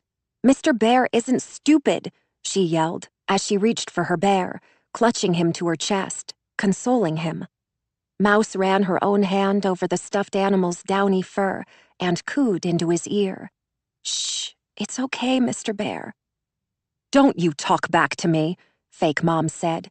"Your father isn't here now, and so you listen to me. I'm in charge. You pick up after yourself when I'm here, you little rodent," she said. "Do you hear me, Mouse?" she asked, right before she started to laugh. "Mouse," she called her mockingly this time. She said how much she hated mice, how they're pests. She told Mouse that they carry feces around on their feet, that they spread germs, that they make people sick. She asked, "How'd you get a nickname like that, you dirty little rodent?" But Mouse didn't know, and so Mouse didn't say. That made Fake Mom angry. "Do you hear me?" she asked, getting down into Mouse's face. Mouse wasn't a tall girl. She was small, only about 3.5 feet tall. She barely reached Fake Mom's waist, right where she tucked those pretty shirts into the waistband of her jeans. "You answer me when I ask you a question," Fake Mom said, pointing a finger at Mouse's nose, so close that she swatted her. Whether she meant to hit her or not, Mouse didn't know. Or maybe it was one of those things that happens accidentally on purpose. But it didn't matter, because either way, it hurt. It hurt her nose, and it hurt her feelings. "I don't know why Daddy calls me that," she said honestly. "He just does." "Are you being sassy with me, you little rodent? Don't you ever be sassy with me," Fake Mom said, grabbing Mouse by the wrist. She shook her like she had the bear, until Mouse's head and wrist hurt. Mouse tried to tug her arm away, but it only made Fake Mom hold tighter, long fingernails digging into the skin. When she finally did let go, Mouse saw the red impression of Fake Mom's hand there on hers. There were crescent-shaped indentations in her skin from Fake Mom's fingernails. Her eyes welled with tears because it hurt, both her head and her hand, but even more, her heart. It made her sad when fake mom shook her like that, and also scared. No one had ever talked to or touched Mouse like that, and Mouse didn't like it. It made a drop of pee sneak out from her insides and slide down a leg, where it got absorbed in the fabric of her pants. Fake mom laughed when she saw Mouse's little quivering lip, the tears pooling in her eyes. She asked, "What are you going to do? Cry like a little baby? Well, isn't that just dandy?" she said. "A sassy little crybaby. How's that for an oxymoron?" She laughed. And though Mouse knew many things, she didn't know that word, oxymoron. But she knew what moron meant, because she heard kids call one another that at school. So that was what Mouse thought, that fake mom had called her a moron, which wouldn't have even been the meanest thing she did that day. Fake mom told Mouse to go somewhere where she couldn't see her, because she was sick of looking at her sassy crybaby face. "And don't you come back until I tell you you can come back," she said. Mouse carried her bear sadly up to her bedroom and gently closed the door. She laid Mr. Bear on the bed and hummed a lullaby into his ear.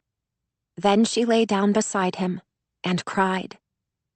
Mouse knew even then that she wouldn't tell her father what fake mom had said and done. She wouldn't even tell her real mom. It wasn't like her to be a tattletale, but more so, she knew how much her father loved fake mom. She could see it in his eyes every time he looked at her. Mouse didn't want his feelings to be hurt, because he would be sad if he knew what fake mom had done, even sadder than Mouse felt. Mouse was an empathetic little girl. She didn't ever want to make anyone sad, especially her father. Sadie. I commit the address to memory. I get in my own car and drive to Courtney's home. I parallel park on the street, sliding easily between two cars. I step from my car. I bring Courtney's keys with me. Ordinarily, I wouldn't do something like this, but my back is to a wall. I knock before attempting to let myself inside. No one comes to the door. I finger the keys in my hands. It could be any one of them. I try the first key. It doesn't fit. I glance over my shoulder, seeing a woman and her dog near the end of the park, where it meets with the street. The woman is bent at the waist, cleaning the dog's mess from the snow with a plastic bag. She doesn't see me. I fiddle with the second key. This one fits. The knob turns and the door opens, and I find myself standing in the doorway of Courtney Baines's home. I step inside. I close the door. The interior of the house is charming. It bursts with character, arched doorways, wall niches, and wooden built-ins. But it's also neglected and unloved. There isn't much in the way of things. The house is unkempt. Stacks of mail are strewn across the sofa, 2 empty coffee cups on the wooden floor. A basket of unfolded laundry waits at the base of the stairs. Kids' toys wither in a corner of the room. They haven't been played with in a while. But there are photographs. They hang from the wall slightly askew, a layer of dust coating the top ledge of them. I go to the pictures, nearly run my hands through the dust. But then, in the nick of time, I think of fingerprints, of evidence, and pull quickly back. I search my coat pockets for a pair of winter gloves and slip them on. The photographs are of Jeffrey, Courtney, and their little girl. This strikes me as odd. If Will and I had gone through with a divorce in the aftermath of his affair, I would have rid my home of photographs of him, so I wouldn't be reminded of him every day. Not only does Courtney keep family photographs in her home, but there are wedding photographs too. Romantic scenes of Jeffrey and her kissing. I wonder what this means. If she still has feelings for him. Is she in denial about his affair, the divorce, his remarriage? Does she think there's a chance they might get back together again? Or is she only pining for the love they once had? I wander the halls, looking in bedrooms, in bathrooms, in the kitchen. The home is 3 narrow floors tall, each room as Spartan as the next. In the child's bedroom, the bed is covered with woodland creatures, deer and squirrels and such. There's a rug on the floor. Another room is an office with a desk inside. I go to the desk, pull the drawers out at random. I'm not looking for anything in particular, but there are things I see, like felt-tip pens and reams of paper, and a box of stationery. I return downstairs. I open and close the refrigerator door. I peel back a curtain and look outside to be sure no one is coming. How long do I have until Courtney realizes that her keys are missing? I sit lightly on the sofa, paying attention not to disturb the careful order of things. I thumb through the mail, keeping it in the same order that it is, in case there's some method to the madness that I can't see. It's bills and junk mail mostly, but there are other things too, like legal petitions. State of Maine is typed across the envelopes, and that's what makes me peel the flaps back, slide the documents out with my gloved hands. I was never very good with legalese, but words like child endangerment and immediate physical custody leap out at me. It takes but a minute to realize Jeffrey and Morgan Baines were attempting to gain full custody of his and Courtney's child. The thought of someone taking Otto or Tate from me makes me instantly upset. If someone tried to take my children from me, I don't know what I'd do. But if I know one thing, it's that getting between a woman and her child will never end well. I slide the documents back into their envelopes, but not before first snapping a photo of them on my phone. I put the mail back how it was. I rise from the sofa and slip back out the front door, done with my search for now. I'm not sure if what I found is enough to suspect Courtney of murder, but it is enough to raise questions. I drop the keys into a zipped compartment in my bag. I'll dispose of them later. People lose their keys all the time, don't they? It's not such an unusual thing. I'm halfway to my car parked on the other side of the street when my cell phone rings. I pull it from my bag and answer the call. "Mrs. Foust?" the caller asks. Not everyone knows that I'm a doctor. "Yes," I say. "This is she." The woman on the other end of the line informs me that she's calling from the high school. My mind goes instinctively to Otto. I think of our short exchange as we drove to the dock this morning. Something was bothering him, but he wouldn't say what. Was he trying to tell me something? "I tried calling your husband first," the woman tells me, "but I got his voicemail." I look at my watch. Will is in the middle of a lecture. "I wanted to check on Imogen. Her teachers marked her absent today. Did someone forget to call her in?" this woman asks. And, feeling relieved the call isn't about Otto, I sigh and tell her no, that Imogen must be playing hooky. I won't bother myself with making up lies for Imogen's absence. Her tone isn't kind. She explains to me that Imogen is required to be in school, and that she is quickly closing in on the number of unexcused absences allowed in a school year. "It's your responsibility, Mrs. Foust, to make sure Imogen is in school," she says. A meeting will be scheduled with Will and me, Imogen, teachers, and administrators. An intervention of sorts. If that fails, the school will be forced to follow legal protocol. I end the call and climb into my car. Before I pull out, I send Imogen a text. "Where are you?" I ask. I don't expect a reply. And yet, one comes. "Find me," it reads. Imogen is playing games with me. A series of photos comes next. Headstones, a bleak landscape, a bottle of prescription pills. They're Alice's old pills, used to manage fibromyalgia pain, an antidepressant that doubles as a nerve blocker. Her name is on the label. I have to get to Imogen before she does something stupid with them, before she makes a careless decision she can't take back. I speed away, forcing the legal documents I found in Courtney's home out of my mind for now. Finding Morgan's killer will have to wait. Mouse. Fake Mom didn't give Mouse any dinner that night, but Mouse heard her down in the kitchen, making something for herself. She smelled the scent of it coming up to the second floor through the floor vents, slipping under the crack of Mouse's bedroom door. Mouse didn't know what it was, but the smell of it got her tummy rumbling in a good way. She wanted to eat, but she couldn't because Fake Mom never offered to share. By bedtime, Mouse was hungry, but she knew better than to ask about dinner because Fake Mom told her explicitly that she did not want to see her until she said it was okay. And Fake Mom never said it was okay. As the sun set and the sky went dark, Mouse tried to ignore the hunger pangs. She heard Fake Mom moving about downstairs for a long time after she had finished eating, doing the dishes, watching TV. But then the house got quiet. A door closed, and Fake Mom, Mouse thought, had gone to bed. Mouse pulled her own door open an inch.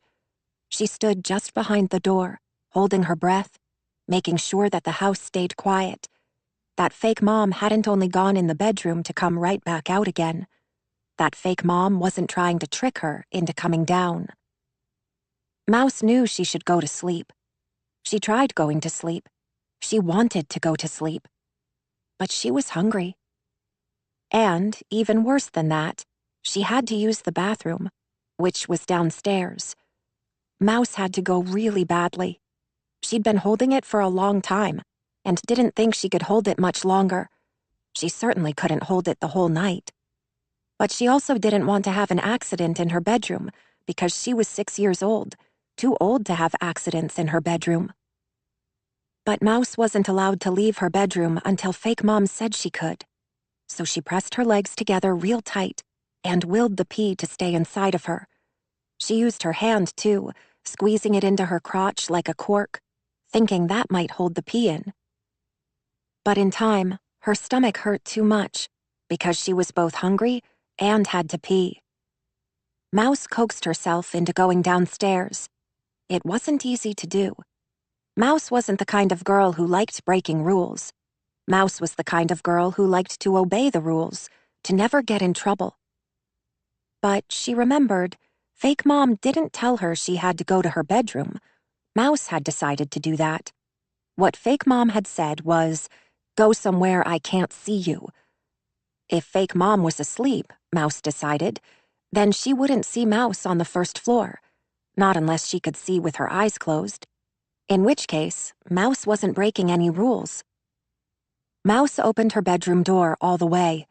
It groaned as she did, and Mouse felt her insides freeze, wondering if that would be enough to rouse Fake Mom from sleep. She counted to 50 in her head. And then, when the house stayed quiet, no sign of Fake Mom waking up, she went. Mouse crept down the steps, across the living room. She tiptoed toward the kitchen. Just shy of the kitchen was a hallway that veered off and toward the room Fake Mom was in. Mouse peeked around the corner, trying to get a glimpse of the door, grateful to find it all the way closed. Mouse had to pee more than she was hungry. She went toward the bathroom first. But the bathroom was just a few feet away from her father and Fake Mom's room, and that made Mouse scared as heck. She skated her socks to that bathroom door, trying hard not to lift her feet from the floor. The house was darkish. Not entirely dark, but Mouse had to feel the walls with her fingertips so as not to run into anything. Mouse wasn't afraid of the dark. She was the kind of kid who wasn't afraid of much of anything because she had always felt safe in her home. Or at least she had, before Fake Mom arrived. Now she no longer felt safe, though the darkness was the least of her concerns. Mouse made it to the bathroom. Inside, she gently closed the door. She left the light switch off so that it was pitch black in the bathroom. There was no window there, no scant amount of moonlight sneaking in through glass, no nightlight. Mouse felt her way to the toilet. By the grace of God, the lid was already up. She didn't have to risk making noise by lifting it. Mouse pulled her pants down to her knees. She set herself so slowly on the toilet seat that it made her thighs burn. Mouse tried to control her urine, to let it seep out slowly and inaudibly. But she'd been holding it for so long, she couldn't control the way it came out. And so, instead, once the floodgates were open, the urine came rushing out of her in a way that was turbulent and loud. Mouse was sure everyone on the whole block might have heard it, but especially fake Mom, who was right across the hall in her father's bed. Mouse's heart started to race. Her hands got all sweaty. Her knees trembled, so that when she was done on the toilet and pulling her pants back up to her bony hips, it made it hard to stand. Her own legs wobbled like the desk legs when she tried to climb over it to avoid the hot lava spewing into her bedroom. They shook beneath her, threatening to break. With her bladder emptied and her pants pulled up, Mouse stood there in the bathroom for a long while, with the lights turned off. She didn't bother washing her hands. But she wanted to make sure the sound of her pee hadn't woken fake Mom before she left the bathroom. Because if fake Mom was in the hall, then she would see Mouse. Mouse counted to 300 in her head. Then she counted another 300. Only then did she leave. But Mouse didn't flush the toilet, for fear of the noise it would make. She left everything inside the toilet bowl where it was: urine, toilet paper, and all. She opened the bathroom door. She skated back out into the hallway, grateful to find the bedroom door on the other side of the hall, still closed tight. In the kitchen, Mouse helped herself to a few Salerno butter cookies from the cabinet and a glass of milk from the fridge. She rinsed her glass and set it in the dish rack to dry. She gathered her cookie crumbs in her hand and threw them in the trash. Because fake Mom had also said, "You pick up after yourself when I'm here, you little rodent." And Mouse wanted to do as she was told. She did it all in silence. Mouse climbed the steps. But on the way up, her nose began to tickle. Poor Mouse had tried so hard to be quiet, to not make any noise. But a sneeze is a reflex, one of those things that happens all on its own, like breathing and rainbows and full moons. Once it began, there was no stopping it, though Mouse tried. Oh, how Mouse tried. There, on the stairs, she cupped her hands around her nose. She pinched the bridge of her nose. She pushed her tongue all the way up to the roof of her mouth and held her breath and begged God to make it stop. Anything she could think of to stop that sneeze from coming. But still, the sneeze came. Sadie. The space is typical for a cemetery. I drive along the narrow graveled path and park my car at the chapel. I open the car door as a gust of wind rushes in to greet me. I climb out and walk across the graded land, sliding between headstones and full-grown trees. The plot where Alice is buried has yet to be covered with grass. It's a fresh grave, filled in with dirt and scattered with snow. There is no headstone, not until the land settles and it can be installed. For now, Alice is identifiable only by a section and lot number. Imogen sits on her knees on the snowy earth. She hears my footsteps approaching and turns. When she looks at me, I can see that she's been crying. The black eyeliner she so painstakingly applies is smeared across her cheeks. Her eyes are red, swollen. Her lower lip trembles. She bites on it to make it stop. She doesn't want me to see her vulnerable side. She looks suddenly younger than her 16 years, but also damaged and angry. "Took you fucking long enough," she says. Truth be told, there was a moment on the way here that I thought about not coming at all. I put in a call to Will to let him know about the photos Imogen sent to me. But again, the call went unanswered. I was headed back to the ferry when my conscience got the better of me, and I knew I had to come. The bottle of prescription pills remains closed, lying beside Imogen on the ground. "What are you doing with those, Imogen?" I ask. and she shrugs nonchalantly. Figured they had to be good for something, she says. They didn't do shit for Mom, but maybe they could help me. How many did you take? I ask. None yet, she says. But I'm not sure I believe it. I move cautiously toward her, lean down and snatch the pills from the ground. I open the cap and look inside. There are pills still there, but how many there were to begin with, I don't know. It's 30 degrees out at best. The wind blows through me. I raise my hood up over my head, plunge my hands into my pockets. You'll catch your death out here, Imogen, I say. A poor word choice, given the circumstance. Imogen doesn't wear a coat. She doesn't wear a hat or gloves. Her nose is a brilliant red. Snot drips from the tip of it, running down to her upper lip, where, as I watch, she licks it away with a tongue, reminding me that she is a child. Her cheeks are frosty patches of pink. I couldn't be so lucky, she says. You don't mean that, I say. But she does. She believes she would be better off dead. The school called, I tell her. They said you're truant again. She rolls her eyes. No shit. What are you doing here, Imogen? I ask, though the answer is mostly clear. You were supposed to be at school. She shrugs and says, I didn't feel like going. Besides, you're not my mom. You can't tell me what to do. She wipes at her eyes with a shirt sleeve. Her jeans are black and torn, her shirt a red and black button-up, unbuttoned, over a black t-shirt. She says to me, You told Will about the picture. You shouldn't have told him. She presses up from the ground and rises to her feet. It strikes me again just how tall Imogen is, tall enough to look down on me.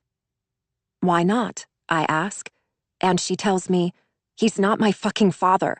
Besides, that was for your eyes only. I didn't know it was a secret, I say. I take a step backward, regaining my personal space. You didn't ask me not to tell him. If you had, I wouldn't have mentioned it. I lie. She rolls her eyes. She knows I'm lying. There's a moment of silence. Imogen is quiet, brooding. I wonder what exactly she's brought me here to do. I keep my defenses up. I don't trust her. Did you ever know your father? I ask. I take another step back, bumping into the trunk of a tree. She glares at me. I was just thinking how tall you are. Your mother wasn't very tall, was she? Will isn't particularly tall. Your height must come from your father's side. I'm babbling now. I can hear it as well as she. She claims not to know him, and yet she admits to knowing his name, the name of his wife, that he has 3 kids. She's seen his house. She describes it for me. She knows that he has an optometry practice, that he wears glasses, that his oldest, Elizabeth, who's 15, is just 7 months younger than she is. Imogen is smart enough to know what this means. He told my mom he wasn't ready to be a dad. But clearly he was. He just didn't want to be Imogen's dad. I see it in her expression. The dismissal still stings. Thing is, she says, if my mom wasn't so fucking lonely all the time, she might have wanted to live. If he'd have loved her back, maybe she would have stuck around a while longer. She was so tired of putting on a happy face all the fucking time, miserable on the inside, but happy out. Nobody believed she was in pain, even her doctors. They didn't believe her. There was no way for her to prove that she hurt, nothing to make her feel better. All those fucking naysayers, they're the ones who killed her. Fibromyalgia, I tell her. It's a terribly frustrating thing. I wish I would have known your mother. I might have been able to help. Bullshit, she says. Nobody could help. I would have tried. I would have done anything I could to help. Her laugh is a cackle. You're not as smart as you want everyone to think. You and me have a little something in common, she says, changing tack. Oh yeah? I ask, disbelieving. What's that? I can't think of one thing Imogen and I would ever have in common. She comes closer. You and me, she says, pointing between us. We're both fucked up. I swallow against a lump in my throat. She takes a step closer, points her finger at me, stabs me in the chest with it. The bark of the tree presses against my back, and I can't move. Her voice is loud now, losing control. You think you can come in here and take her place? Sleep in her bed? Wear her fucking clothes? You are not her. You will never be her, she screams. Imogen, I whisper. I never. I start to say as her head drops into her hands. Imogen begins to sob, her entire body surging like ocean waves. I would never try to take your mother's place, I say in a muted tone. The air around us is bitter and bleak. I brace myself as a gust of wind comes rushing past and through me. I watch as Imogen's dyed black hair swirls around her, her skin raw and red, instead of its usual pale white. I go to reach a hand out to her, to pat her arm, to console her. She draws swiftly away from the touch. She drops her arms. She raises her eyes. She screams at me then, the suddenness of her statement, the emptiness of her eyes, startling me. I pull back. She couldn't do it. She wanted to, but she just couldn't get herself to do it. She froze up. She looked at me. She was crying. She begged me. Help me, Imogen. She seethes, saliva coming from her mouth, building in the corners of her lips. She leaves it there. I shake my head, confused. What is she saying? She wanted you to help with her pain? I ask. She wanted you to make the pain go away? She shakes her head. She laughs. You're an idiot, she says.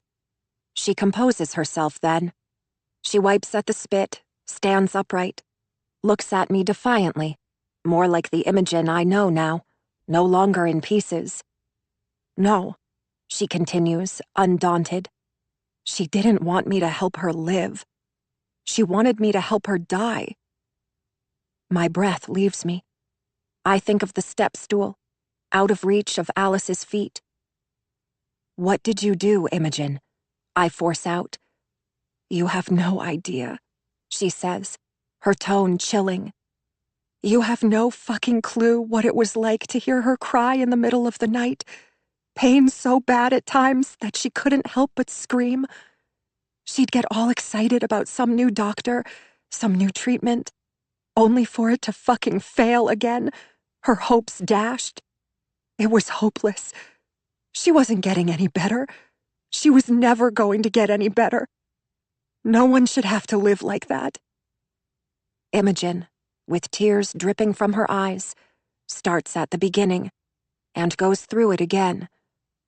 The day began like any other day. She woke up, she went to school. Most days, Alice would be waiting in the foyer when she came home. But that day, Alice wasn't there. Imogen called out to her. There was no reply. She started searching the house when a light in the attic lured her to the third floor. There, she found her mother standing on the step stool, the noose around her neck. She'd been that way for hours. Alice's knees were shaking in fear, in exhaustion, as she tried in vain to will herself from the stool. She'd left a note. It was lying on the floor. Imogen has it memorized. You know as well as I do how hard this is for me, the note read. It's nothing you did. It doesn't mean I don't love you. But I can't keep living this double life. Not a Dear John note, but Alice's suicide note, which Imogen picked up and slipped into the pocket of her sweatshirt that day. Imogen at first tried to talk her down from the stool, to convince her to stay and live. But Alice was decided. She just couldn't take the plunge. Help me, Imogen, she begged. Imogen looks straight at me, says, I yanked that fucking stool from beneath her feet. It wasn't easy, but I closed my eyes and I yanked for dear life, and I ran. I ran faster than I have in my life. I ran to my bedroom. I hid beneath the fucking pillow. And I screamed my head off so I didn't have to hear her die. I catch my breath. It was not suicide. Not exactly. But also not as malevolent as I once believed. It was assisted dying. Like those doctors who slip a lethal dose of sleeping pills to a terminal patient to let them die of their own accord. I've never been that kind of doctor. My job is to help patients live, not to help them die. I stare at Imogen, open-mouthed, thinking, what kind of person could do that? What kind of person could grab a hold of the step stool and pull, knowing full well what the outcome would be? It would take a certain kind of person to do what Imogen has done, to act on impulse and not think of what comes next. She just as easily could have called for help in that moment that she pulled. She just as easily could have cut down her mother's noose. Before me, she cries. She convulses. I can't stand to think what she's been through, what she's seen. No 16-year-old should ever be put in such a position. Shame on Alice, I think. But also, shame on Imogen. You did the only thing you knew to do, I lie, saying it only to console her because I think she needs to be consoled. I reach hesitantly for her, and for a split second, she lets me. Only a second. But as I wrap my arms gingerly around her, scared and just barely touching, it strikes me that I'm holding a murderer, even if the reasons for it were justified in her mind. But she is repentant and grieving now. For the first time, Imogen displays an emotion other than anger. I've never seen her like this before. But then, true to form, as if she can hear the thoughts in my mind, she stands suddenly upright. She swats at her tears with a sleeve. Her eyes are vacant, her face deadpan. She gives me a sudden shove in the shoulder. There's nothing gentle about it. It's rough, hostile.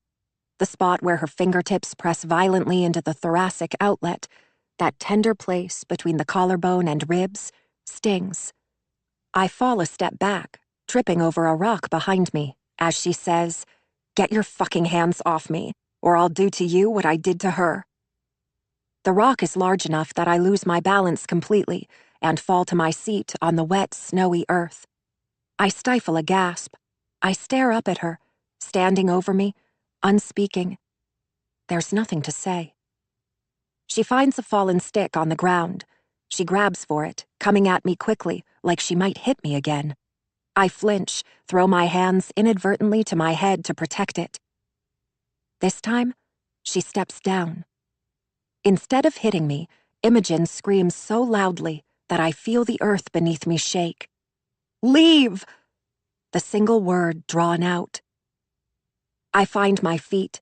As I walk quickly away, terrified to turn my back to her, though I do, I hear her call me a freak for good measure, as if the death threat wasn't enough. Sadie. I drive home that night, pulling onto our street, heading up the hill. It was hours ago that I left Imogen at the cemetery. It was early afternoon then, and now it's night. It's dark outside. Time has gotten away from me. There are 2 calls on my phone that I've missed, both from Will, wondering where I am. When I see him, I'll tell him how I spent the day, about my conversation with Imogen at the cemetery. But I won't tell him everything, because what would he think of me if he knew I stole a woman's keys and broke into her home? As I drive past the vacant house next door to ours, my eyes go to it. It's dark, as it should be. The lights won't turn on for a while still. Snow accumulates on the drive, while others have been shoveled clean. It's so obvious no one lives there now. I'm overcome with a sudden urge to see for myself what's inside that home. It's not that I think anyone is there now, but my mind can't get past one thing. If someone had come to the island to murder Morgan late at night, there would have been no ferry back to the mainland. he or she would have had to spend the night here with us. And what better place to stay than a vacant home, where no one would know? It's not a murderer I'm looking for as I leave my car in my own driveway and sneak across the snow-covered lawn. It's evidence that someone has been here. I look over my shoulder as I go, wondering if anyone is watching me, if anyone knows I'm here. There are footprints in the snow. I follow them. The house next door is a cottage. It's small. I go to the door first and knock. I don't expect anyone to answer, but I do it anyway, because it would be foolish not to. No one answers the door, and so I press my face to the glass and look in. I see nothing out of the ordinary, just a living room with furniture draped in plastic. I make my way around the periphery of the home. I don't know what I'm looking for, but I'm looking for something. A way in, conceivably. And sure enough, after a little searching, a few failed attempts, dwindling hope, it's there. The window well cover on the back of the home is not secure. I lift it up and it easily gives. I dust off the snow. I remove the whole thing and set it aside, hands trembling as I do. I carefully lower myself down into the window well. It's a tight fit. I have to contort my body in an odd way to get to the window. The screen, when I get to it, is torn. Not just a little, but enough for a whole body to get through. I tug on the window behind it, thinking it won't give. Surely this can't be so easy. But to my surprise, it does. The window into the basement is unlocked. What kind of homeowner doesn't secure their home before leaving for the winter? I press my body through the window, feet first. I climb awkwardly into the dark basement. My head passes through a cobweb as my feet land on concrete. The cobweb sticks to my hair, though it's the least of my concerns. There are so many more things to fear than this. My heart pounds inside my chest as I glance around the basement to be certain I'm alone. I don't see anyone, but it's too dark to really know. I inch across the basement, find the unfinished steps to the first floor. I go slowly, dragging my feet, careful not to make any noise as I climb. At the top of the steps, I set my hand on a door handle. My hand is sweaty, shaking, and suddenly I'm wondering why I thought it was such a good idea to come here. But I've come this far. I can't go back. I have to know. I turn the knob, press the door open, and step onto the first floor. I'm terrified. I don't know who's here, if anyone is here. I can't call out for fear that someone might hear me, but as I creep around the first floor of the home, the reality is hard to ignore. I see no one, but there are signs of life everywhere. It's dark outside and in. I have to use the flashlight on my phone to see. I discover an indentation in the plastic that covers a living room chair, as if someone sat down there. A piano seat is pulled out, sheet music on the rack. There are crumbs on the coffee table. The cottage is a single-story home. I make my way down the dark, narrow hall, tiptoeing so I don't make a sound. I hold my breath as I go, taking short, shallow breaths, only when I have to, only when the burn of carbon dioxide in my lungs is more than I can bear. I come to the first room and look inside, shining my flashlight along the four walls. The room is small, a bedroom that has been converted into a sewing room. A seamstress lives here. The next room is a small bedroom crammed with ornate antique furniture that's buried beneath plastic. The carpeting is thick, plush. My feet sink into it, and I feel guilty for wearing my shoes inside, as if that's the worst of my infractions. But there's also breaking and entering. I leave that room and step into the largest bedroom of the three, the master bedroom. The room is spacious in comparison, but that's not the reason my eyes do a double take when I step inside. The sun has set outside. Only a faint hint of blue creeps in through the windows. The blue hour, it's called, when the residual sunlight takes on a blue tone and turns the world to blue. I shine my flashlight into the room. I see the ceiling fan, the blades of which are formed into the shape of palm leaves. The ceiling is a tray ceiling. And I've seen it before. I've dreamed of this room. I dreamed of myself lying in this bed, or a bed similar to this, hot and sweating beneath that fan, in the crevice that is still in the center of the bed. I stared at the fan, willed it to move, to push a gust of cold air onto my hot body. But it didn't, because the next thing I knew, I was standing beside the bed, watching myself sleep. This bed, unlike the other furniture in the house, isn't covered with plastic. The plastic that should be on the bed lies in a heap on the floor, on the other side of the bed. Someone has been sleeping in this bed. Someone was here. I don't bother with the basement window well this time. I head straight out the front door. I close it behind myself, the light in the living room flicking on as I leave.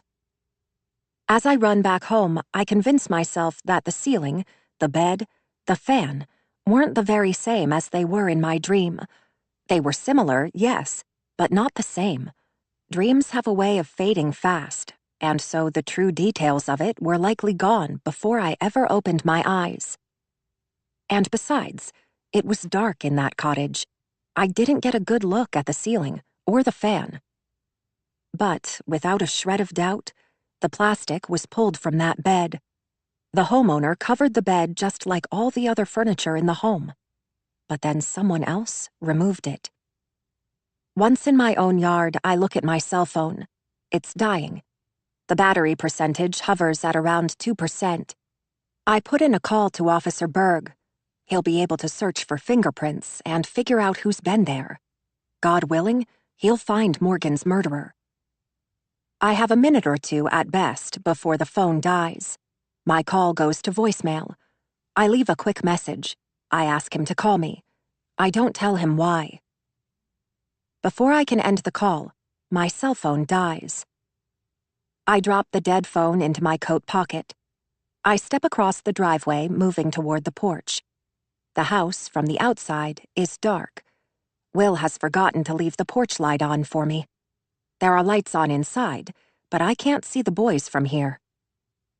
There's a warmness about the house. Heat spews from the vents, gray against the near blackness of night. Outside, it's windy and cold. The snow that's fallen over the last few days blows about, creating snowdrifts on the driveways and streets. The sky is clear. There's no threat of snow tonight, but forecasters are going hog wild about a storm that's to arrive late tomorrow, the first substantial storm of the season. A noise from behind me startles me. It's a grinding noise, something discordant. I'm not 10 feet from the porch when I hear it. I spin, and at first I don't see him because his body is blocked by a formidable tree. But then he steps forward, away from the tree, and I see him moving, slowly, deliberately, a snow shovel dragging behind him and through the street. The snow shovel is the sound that I hear. Metal on concrete. He holds on to the shaft of the shovel with a gloved hand, scraping the blade across the street. Jeffrey Baines. Will is in the house making dinner. The kitchen is in the rear of the house. He wouldn't hear me if I screamed. At the end of our drive, Jeffrey turns and makes his way toward me. There's something bedraggled about him. His hair stands on end. His dark eyes are rheumy and red-rimmed. His glasses are missing. He looks nothing like the suave, affable man I met at the memorial service the other day. Rather, he looks like something the cat dragged in. My eyes go to the shovel. It's the kind of thing that's versatile. It has dual purposes, because not only could he hit me over the head and kill me with it, but he could use it to bury my body. Does he know I watched him and Courtney at the memorial service? That I was in her home? I'm stricken with a sudden terror. What if there are security cameras inside her home? One of those fancy new doorbells with the camera to let you know who's at your door when you're not there? Jeffrey, I say, inching backward. I try not to let my imagination get the best of me. There could be so many reasons why he's here, So many other reasons than the one I imagine. "You're home," I say, because I've only just realized that his home is no longer a crime scene. Jeffrey senses my fear. He hears it in my voice. He sees it in my body language. My feet retreat, though it's inappreciable the way that they do. But still, his eyes drop to them. He sees the movement. Like a dog, he can smell my fear. "I was shoveling my drive. I saw you pull up," he says. And I reply, "Oh," realizing that if he saw my car pull into the drive 15 or 20 minutes ago, he may have seen me force my way into the home next door. He may have heard the voicemail I left for Officer Berg. "Where's your daughter?" I ask. He says, "She's busy with her toys." As I look across the street, I see a light on in a second-floor window. The shades are open, the bedroom bright. I see the little girl's silhouette as she bounds around the room with a teddy bear on her shoulders, as if giving him a piggyback ride. The little girl is laughing to herself, to her bear. It only adds to my unease. I think of what Jeffrey confessed, about how she and Morgan weren't close. Is she glad her stepmother is dead? Is she glad to have her father back all to herself? "I told her I'd be just a minute. Am I keeping you from something?" Jeffrey asks, running a gloved hand through his hair. He wears gloves, but no hat. I wonder why. If he's bundled up to shovel snow, he wears no hat. Do the gloves serve another purpose than keeping his hands warm? "Will," I tell him, inching backward, "is inside. The boys. I haven't been home all day," is what I say, though it's a pathetic excuse. And I know as I say it that I should have said something more tangible than that, more concrete, more decisive. Dinner is ready. But my reply is wishy-washy at best, and it's Jeffrey instead who is decisive as he says, "Your husband isn't home." "Of course he's home," I say. But as I turn back to the house, I take in the darkness of our home, the lack of movement, the sudden realization that Will's car isn't in the drive. How did I not realize when I pulled in and parked that Will's car wasn't here? I wasn't paying attention when I got home. I was too caught up in other things to notice. I sink my hand into my pocket. I'll call Will, find out where he is. I'll beg him to come home. But the non-responsive black screen reminds me, my cell phone is dead. My face must whiten. Jeffrey asks, "Is everything all right, Sadie?" And as tears of panic prick my eyes, I force them back. I swallow against a lump in my throat and say, yes, of course, everything is fine."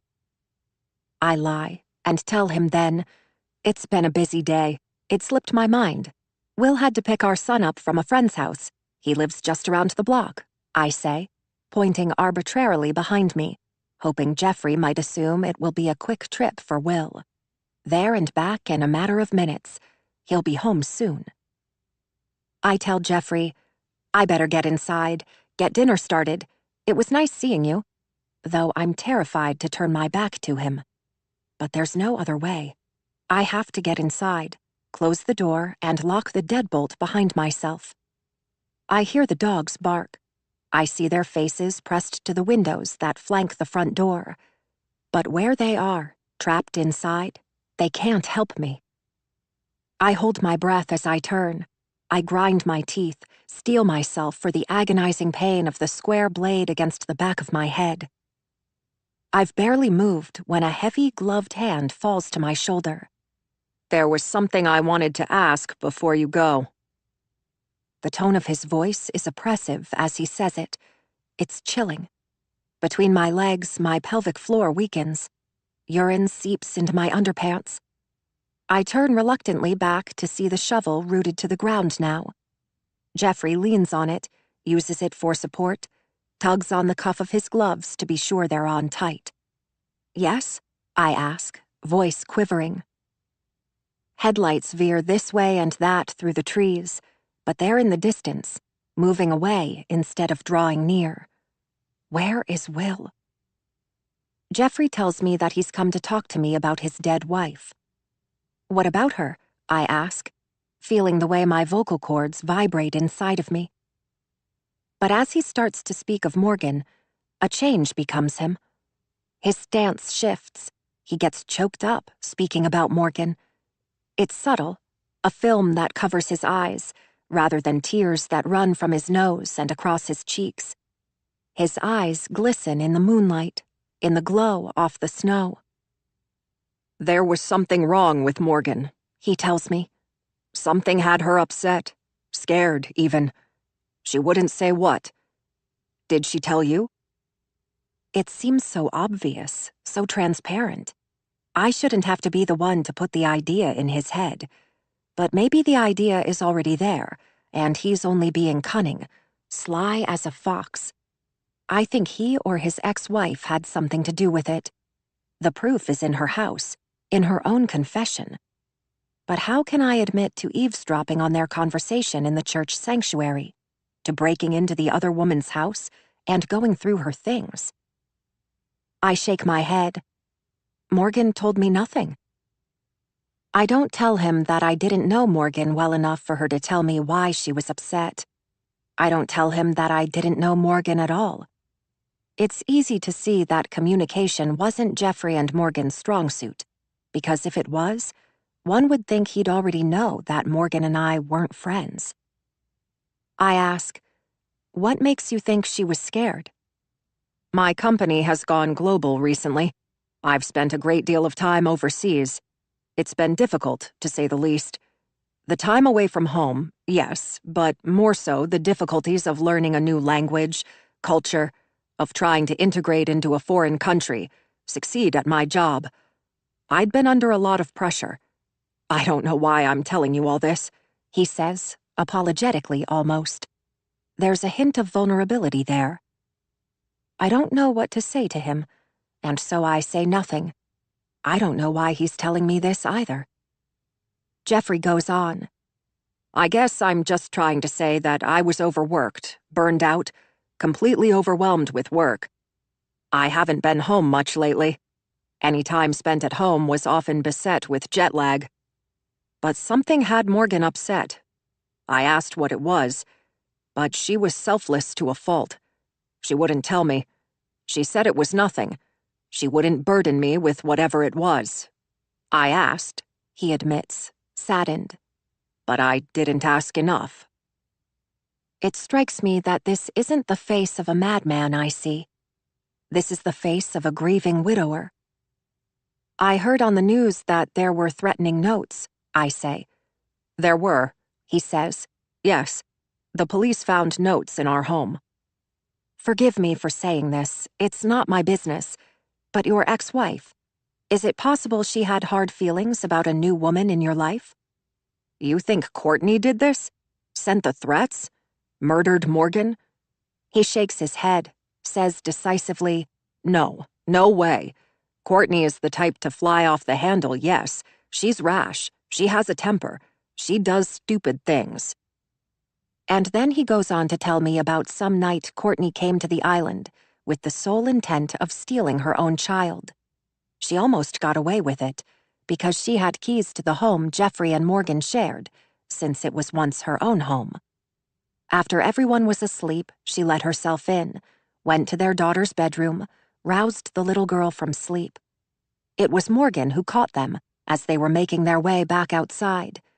Courtney had plane tickets in her possession. She'd somehow already gotten a passport for their girl. She planned to leave the country with their daughter. Morgan wanted to fight for full custody. She didn't think Courtney was fit to parent. The day at the memorial service comes back to me. My temper got the best of me. I was angry. You can't blame me for trying to take back what's mine. I'm not sorry she's dead. Were these words double-edged? Maybe not a confession to murder, but rather a reference to the night she tried to steal her own child. Taking a child away from her mother, I say, letting my voice trail off. What that is, taking a child from her mother, is motive to kill. Except I don't say it like that. Instead, I say, if anyone ever got between me and my children, I'd be beside myself. Jeffrey is resolute. Courtney isn't a murderer, he says, and the threats Morgan received were... But he stops there, unable to put into words what exactly the threats were. What did the note say? I ask hesitantly. I'm not sure I want to know. There were 3 notes, Jeffrey tells me. He doesn't know for certain when they arrived, but he has his assumptions on one. He had watched Morgan make her way to the mailbox one afternoon. It was a Saturday, a month or so ago. He was home. He watched out the window as Morgan went down the drive. I had a habit of staring at her when she didn't know I was watching, he confesses. It's because of how beautiful she was. It was easy to do. Morgan, he tells me, smiling nostalgically at the memory of his wife, was easy on the eyes. Everyone thought so. And I remember what Officer Berg said about the men in town having eyes for her, about Will having eyes for her. Yes, I reply. She was lovely, changing the way I think of him, because I can see in his eyes just how much he loved Morgan. That day, Jeffrey says that he watched as she bent at the waist, as she stretched a hand into the box to retrieve the mail, as she made the long walk back up the driveway, thumbing through the mail as she went. Halfway up the drive, Morgan came to a standstill. Her hand went to her mouth. By the time she made it inside, she was as white as a ghost. She brushed past Jeffrey in the doorway, shaking as she did so. He asked what was wrong, what she found in the mail that made her so upset. Morgan said only bills, that the insurance company hadn't covered a recent doctor appointment. The balance left for them to pay was highway robbery. It should have been covered, she snapped, marching up the stairs with the mail in her hand. Where are you going? He called up the stairs after her. To call the insurance company, she said. But she went into the bedroom and closed the door. Everything about Morgan changed that day. The changes were subtle. Another person might not have noticed. There was a sudden propensity toward closing the curtains as soon as the sky turned dark. A restlessness about his wife that hadn't been there before. The notes that the police found were all different, slipped in between the box spring and the mattress that Jeffrey and Morgan slept on. She'd intentionally hidden them from him. I ask what they said, and he tells me, "You know nothing. Tell anyone and die. I'm watching you." A chill runs up my spine. My eyes go to the windows of homes on the street. Is someone watching us? Did Morgan and your ex-wife get along? I ask, though even I can see these threats make no sense coming from an aggrieved ex-wife. These threats have nothing to do with a woman trying to reclaim the rights to her child. These threats have nothing to do with a husband hoping for a life insurance payout in the wake of his wife's death. These threats are something else. All this time, I've been wrong. I'm telling you, Jeffrey says, becoming agitated now. Gone is the man who stood smiling at his wife's memorial service. He's come undone. Jeffrey is unwavering now as he states emphatically, Courtney had nothing to do with this. Someone else was threatening my wife. Someone else wanted her dead. I see this now. Sadie. I used the last of the milk on the mac and cheese, Will tells me when he gets home, stepping into the house only minutes after me. Tate is with him. He skips merrily through the front door, tells Will to count to 20, and then come find him. He dashes off to hide as Will unpacks a handful of items from a grocery sack on the counter. Will winks at me, admits, I told him we'd play hide and seek if he went with me without a fuss. Will can turn any errand into an adventure. In the crockpot cooks Will's famous macaroni and cheese. The table is set for 5, as if Will bullishly believes Imogen will be home. He carries the gallon of milk he's just brought home to the table and fills the empty glasses in turn. Where's Otto? I ask, and Will tells me, upstairs. He didn't go with you and Tate? Will shakes his head no. It was only a quick trip for milk, he says. Will turns to me, seeing me perhaps only then for the first time since he's arrived home. What's the matter, Sadie? He asks, setting the milk on the edge of the table and coming to me. You're shaking like a leaf. He wraps his arms around me, and I want to tell him about the discoveries of the day. I want to get it all off my chest. But for whatever reason, instead I say, it's nothing, blaming low blood sugar for the reason I shake. I'll tell him later, when Tate isn't just in the next room, waiting for Will to find him. I didn't have time for lunch. You can't keep doing this to yourself, Sadie, Will tenderly reprimands. Will reaches into the pantry and finds a cookie for me to eat.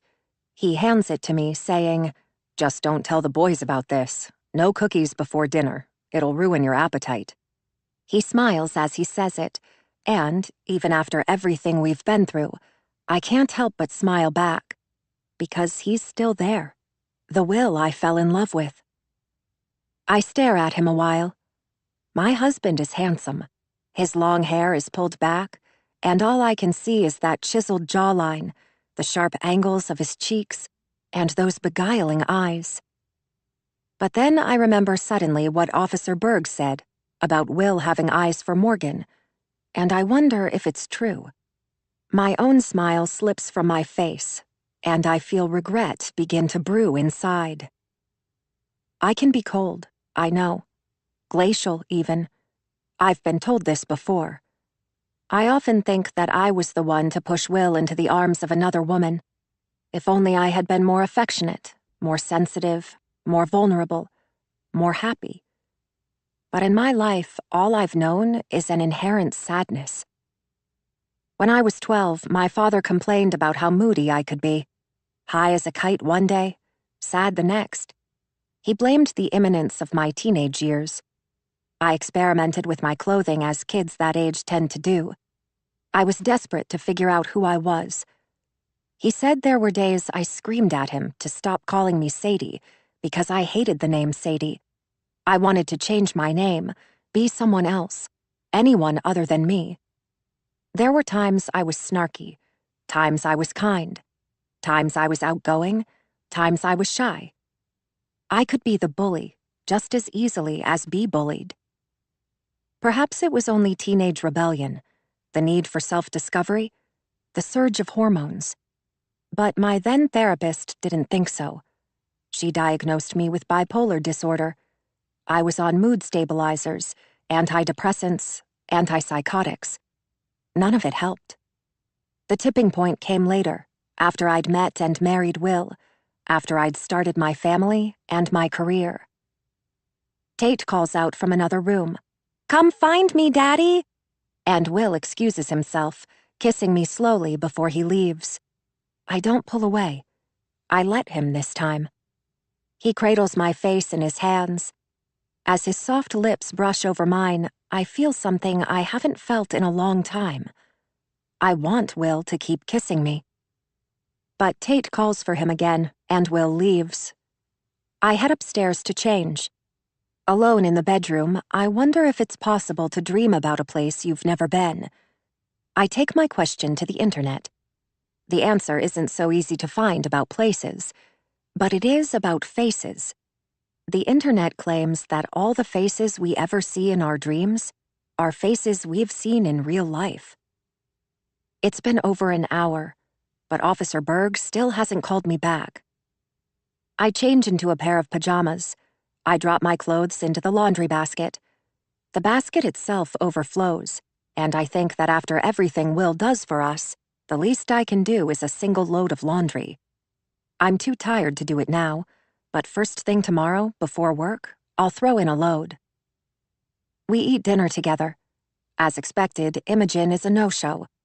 I pick at my food, hardly able to eat. "Penny for your thoughts," Will says, toward the end of dinner, and only then do I realize I spent the entirety of our meal staring off into space. I apologize to him and blame fatigue. Will does the dishes. Tate disappears to watch TV. Otto plods out of the room and up the stairs. I hear his bedroom door close from this distance, and only then, when I'm certain they're both out of earshot, do I tell Will what Imogen said to me in the cemetery. I don't hesitate because if I do, I might just lose the nerve. I'm not sure how Will is going to respond. I saw Imogen today, I begin. I fill him in on the details. How the school called, how I found her alone at the cemetery, how there were pills with her. I don't dance around the words. She was angry, but unreserved. We got to talking. She told me, Will, that she yanked that stool out from Alice's feet the day she died. I tell him.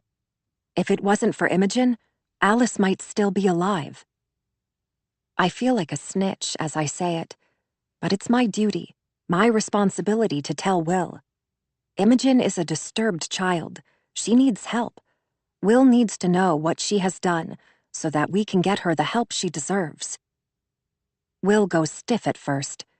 He's at the sink with his back toward me, but his posture turns suddenly vertical. A dish slips from his wet hands, falls to the sink.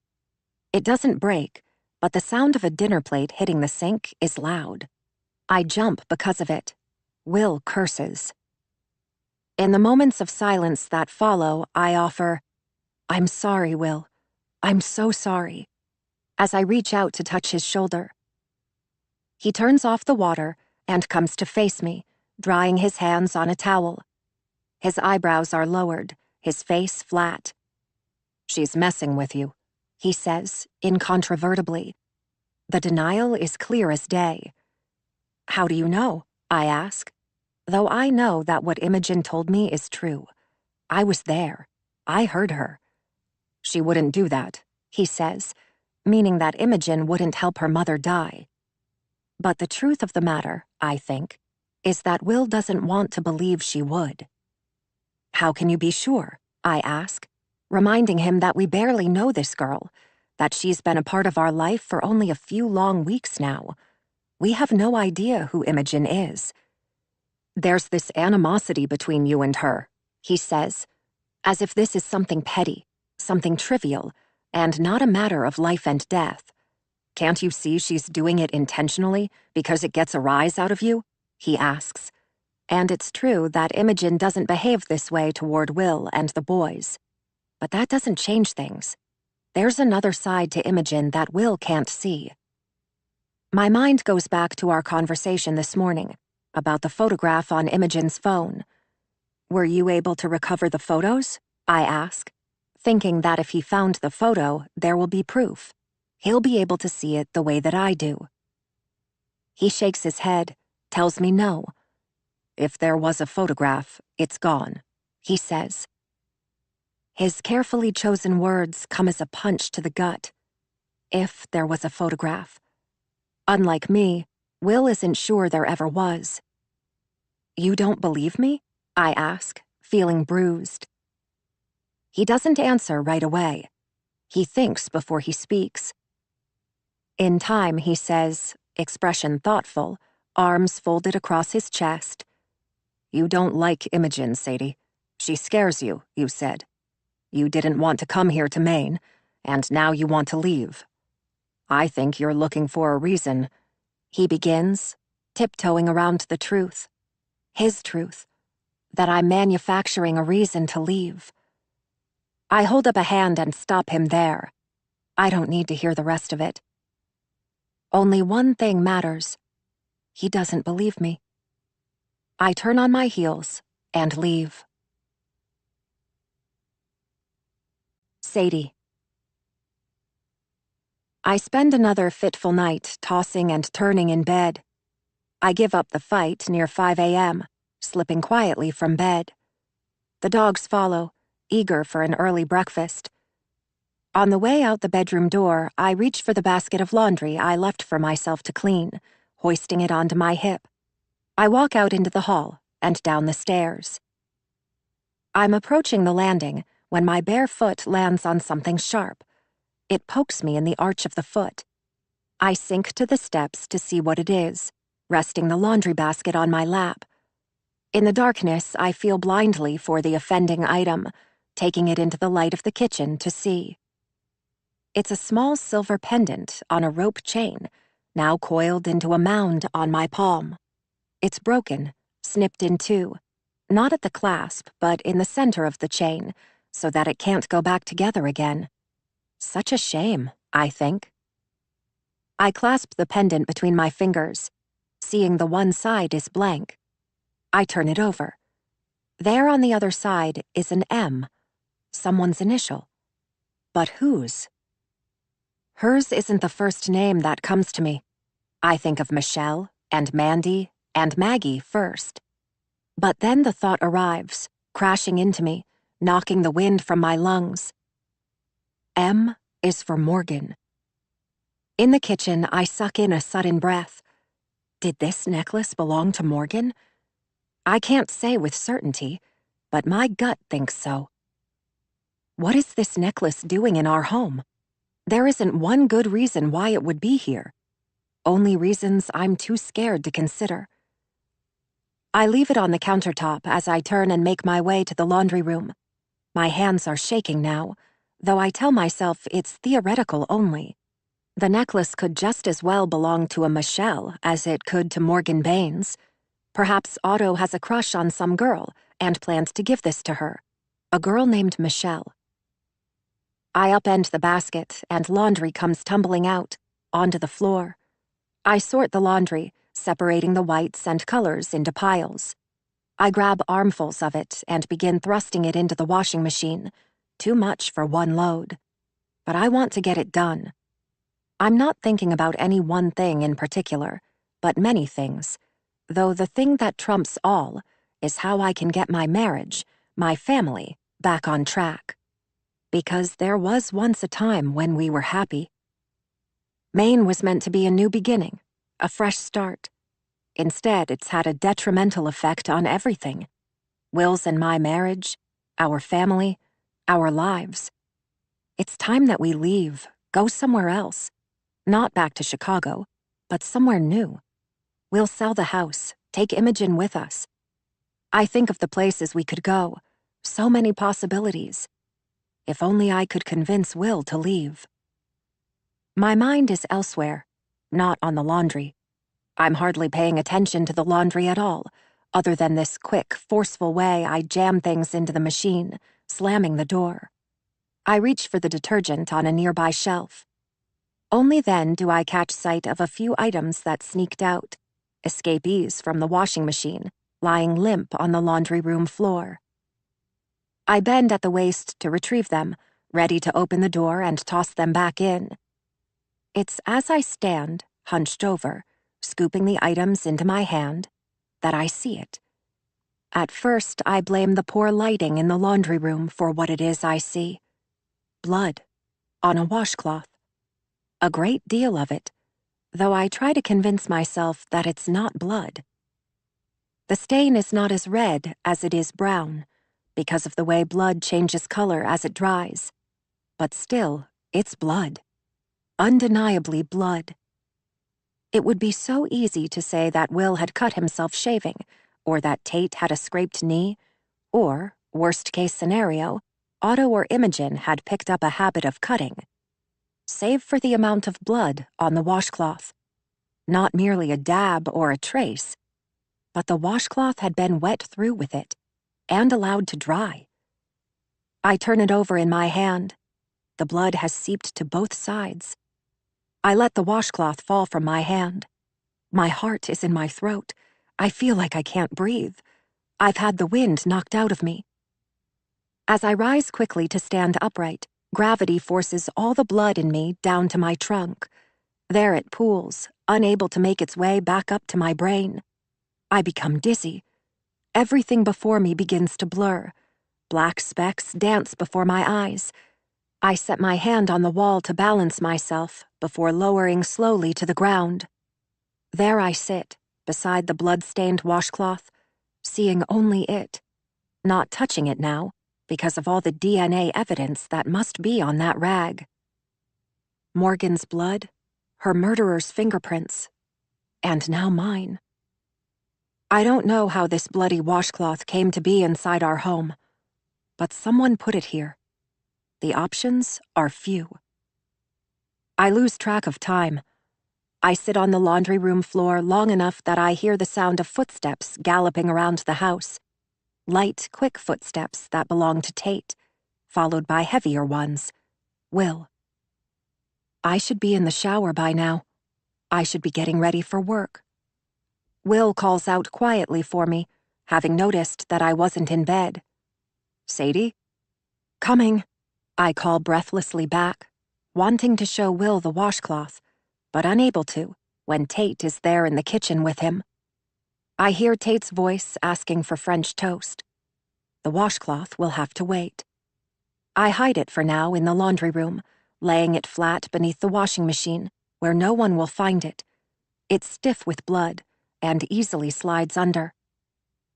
I rise from the floor reluctantly and creep back into the kitchen, overcome with the urge to vomit. There is a killer living in my home with me. Where have you been? Will asks at seeing me, and all I can tell him is, laundry.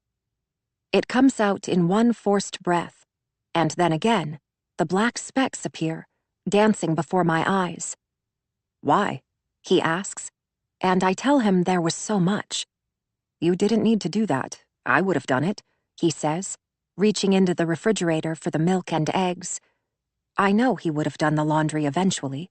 He always does. I was trying to help, I say. You don't look good, he tells me, as my hand holds tightly to the crown molding of the door so that I don't fall. I want so much to tell him about the blood-soaked washcloth that someone left in the laundry basket, but I don't because of Tate. I hear Tate beside him ask, "What's wrong with Mommy?" I don't feel good. Stomach flu, I force out. Will comes to me, presses a hand to my forehead. I'm not running a fever, but I feel hot and clammy nonetheless. I need to go lie down, I say, clutching my stomach as I leave. On the way upstairs, the bile inside me begins to rise, and I find myself rushing to the bathroom. Mouse. Mouse froze. She waited for the sound of the bedroom door to open on the first floor, for fake Mom to come for her. Mouse was scared, though it wasn't Mouse's fault she'd made noise. It's not like a person can stop themselves from sneezing. Her legs shook in fear. Her teeth began to chatter, though Mouse wasn't cold. How long she waited there on the stairs, Mouse didn't know. She counted to nearly 300 in her head, except she lost count twice and had to start all over again. When fake Mom didn't come, Mouse thought maybe she hadn't heard her. Maybe fake Mom had slept right through that sneeze. She didn't know how that was possible. The sneeze had been loud. But Mouse thanked her lucky stars if she had. She continued on to her bedroom and climbed into bed. There, in her bed, she talked to her real mom, same as she always did. She told her what fake Mom had done, how she had hurt Mouse and Mr. Bear. She told her real mom how she was scared and how she wanted her father to come home.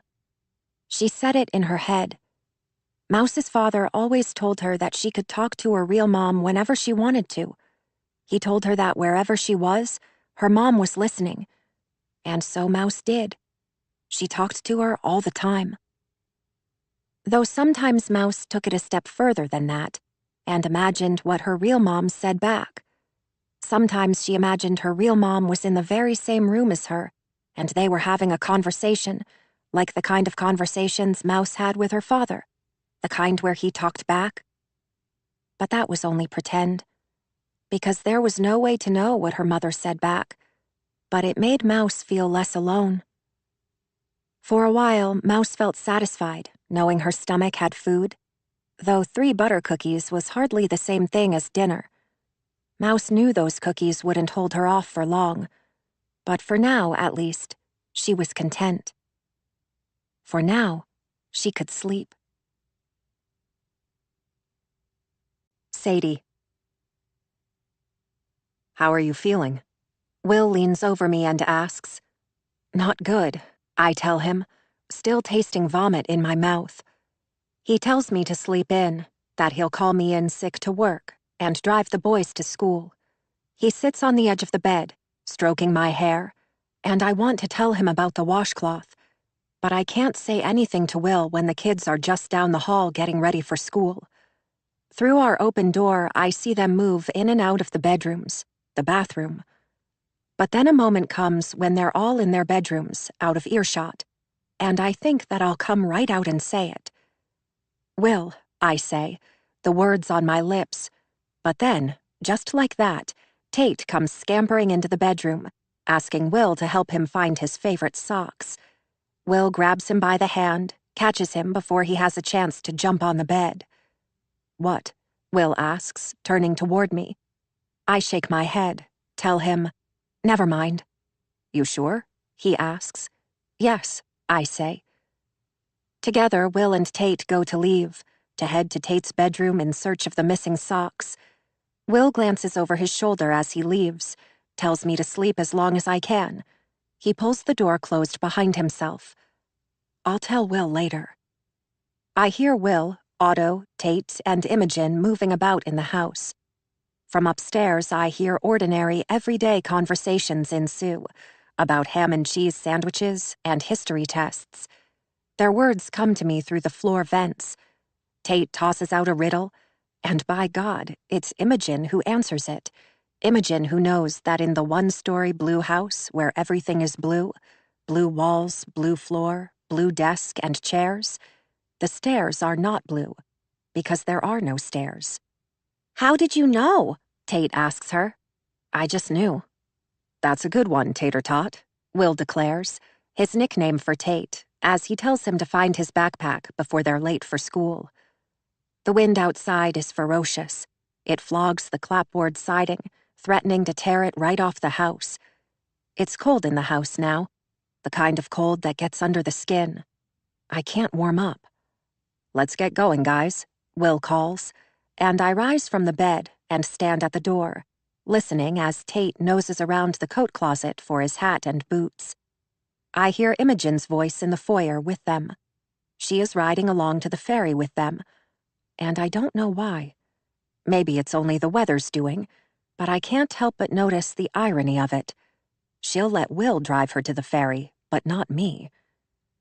Suddenly, all I hear is feet, like the rush of animals, before the front door opens and then closes again, and the house is nearly still. The only sounds are the whistling of the furnace, the rush of water through pipes, the wind scourging the outside of our home. It's only after they're gone that I rise from bed and leave the room. I've only just stepped into the hallway when something catches my eye. Two things, actually, though it's the doll's marble-like eyes that get my attention first. It's the same doll of Tate's that I found in the foyer the other day, the one he carried roughly to his room at Will's request. She's perched at the edge of the hallway, where the wooden floor meets the wall. She sits nicely on her bum, wearing floral leggings and a knit print. Her frizzy hair lies over her shoulders in two neat braids, hands set in her lap. Someone has found her missing shoe. Beside the doll's feet is a pencil and paper. I go to it, reaching for the scrap of paper. I brace myself, knowing what it is before I look. I turn the paper over in my hand, seeing exactly what I expected to see on the other side. The same crying, dismembered body as on the drawings I found in the attic. Beside the dismembered body, an angry woman clutches a knife. Charcoal blobs fill in the excess white space. Tears or blood, though I don't know which. Maybe both. I wonder if these were here early this morning when I carried the laundry down. But it was dark then. I wouldn't have seen if they were. And on the way back up, I was nauseous, running to the toilet, barely getting there in time. I wouldn't have noticed them then, either. I wonder if Will saw these things before he left. But the doll he'll have assumed was Tate's, and the drawings were upside down. He wouldn't have seen the content. These things terrify me, because I think that if they do belong to Otto, He is regressing. It's a defense mechanism, a way to cope, taking on childish behavior to avoid facing a problem head-on. My own therapist used to say this about me, telling me I acted like a child at times when I didn't want to tackle adult issues in my life. Perhaps Otto is doing the very same thing. But why? On the surface, he seems happy enough, but he's the quiet type. I never know what's going on inside his mind. I think back on that therapist of mine. I was never very fond of her. I didn't like the way she made me feel silly and small, the way she denigrated me when I expressed my feelings. It wasn't just that. She also confused me with other patients. Once I sank down into her leather swivel armchair and crossed my legs, took a sip of the water she always left on the table for me. She asked what had been happening lately, in that way she always did. Tell me what's been happening. Before I could reply, she began to counsel me on how to sever ties with some married man I was seeing, though I wasn't seeing a married man. I was married already, to Will. I blanched in embarrassment for her other client, the one whose secrets she'd just shared. There is no married man, I explained. She asked, No? You broke it off already? There was never a married man. I stopped seeing her soon after. Otto had a therapist back in Chicago. We swore we'd pick up the therapy when we moved to Maine. We never did. But I think it's time we do. I step past the doll. I go downstairs. I take the drawing with me.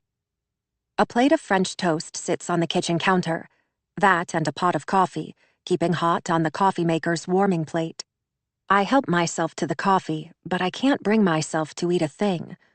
As I lift the mug to my lips, my hands tremble, casting waves across the coffee. Beside the plate of French toast is a note. Feel better, it reads, with Will's signature closing, the ever-present XO. He set my pills out for me. I leave them where they are, not wanting to take them until I've gotten some food inside of me. Out the kitchen window, I see the dogs. Will must have let them outside before he left, which is fine. They're snow dogs, huskies, in their element in weather like this. It'd be nearly impossible to get them back in before they're ready to come. In the backyard, the wind beats through the naked trees, making their limbs bend. It's snowing, a heavy snow.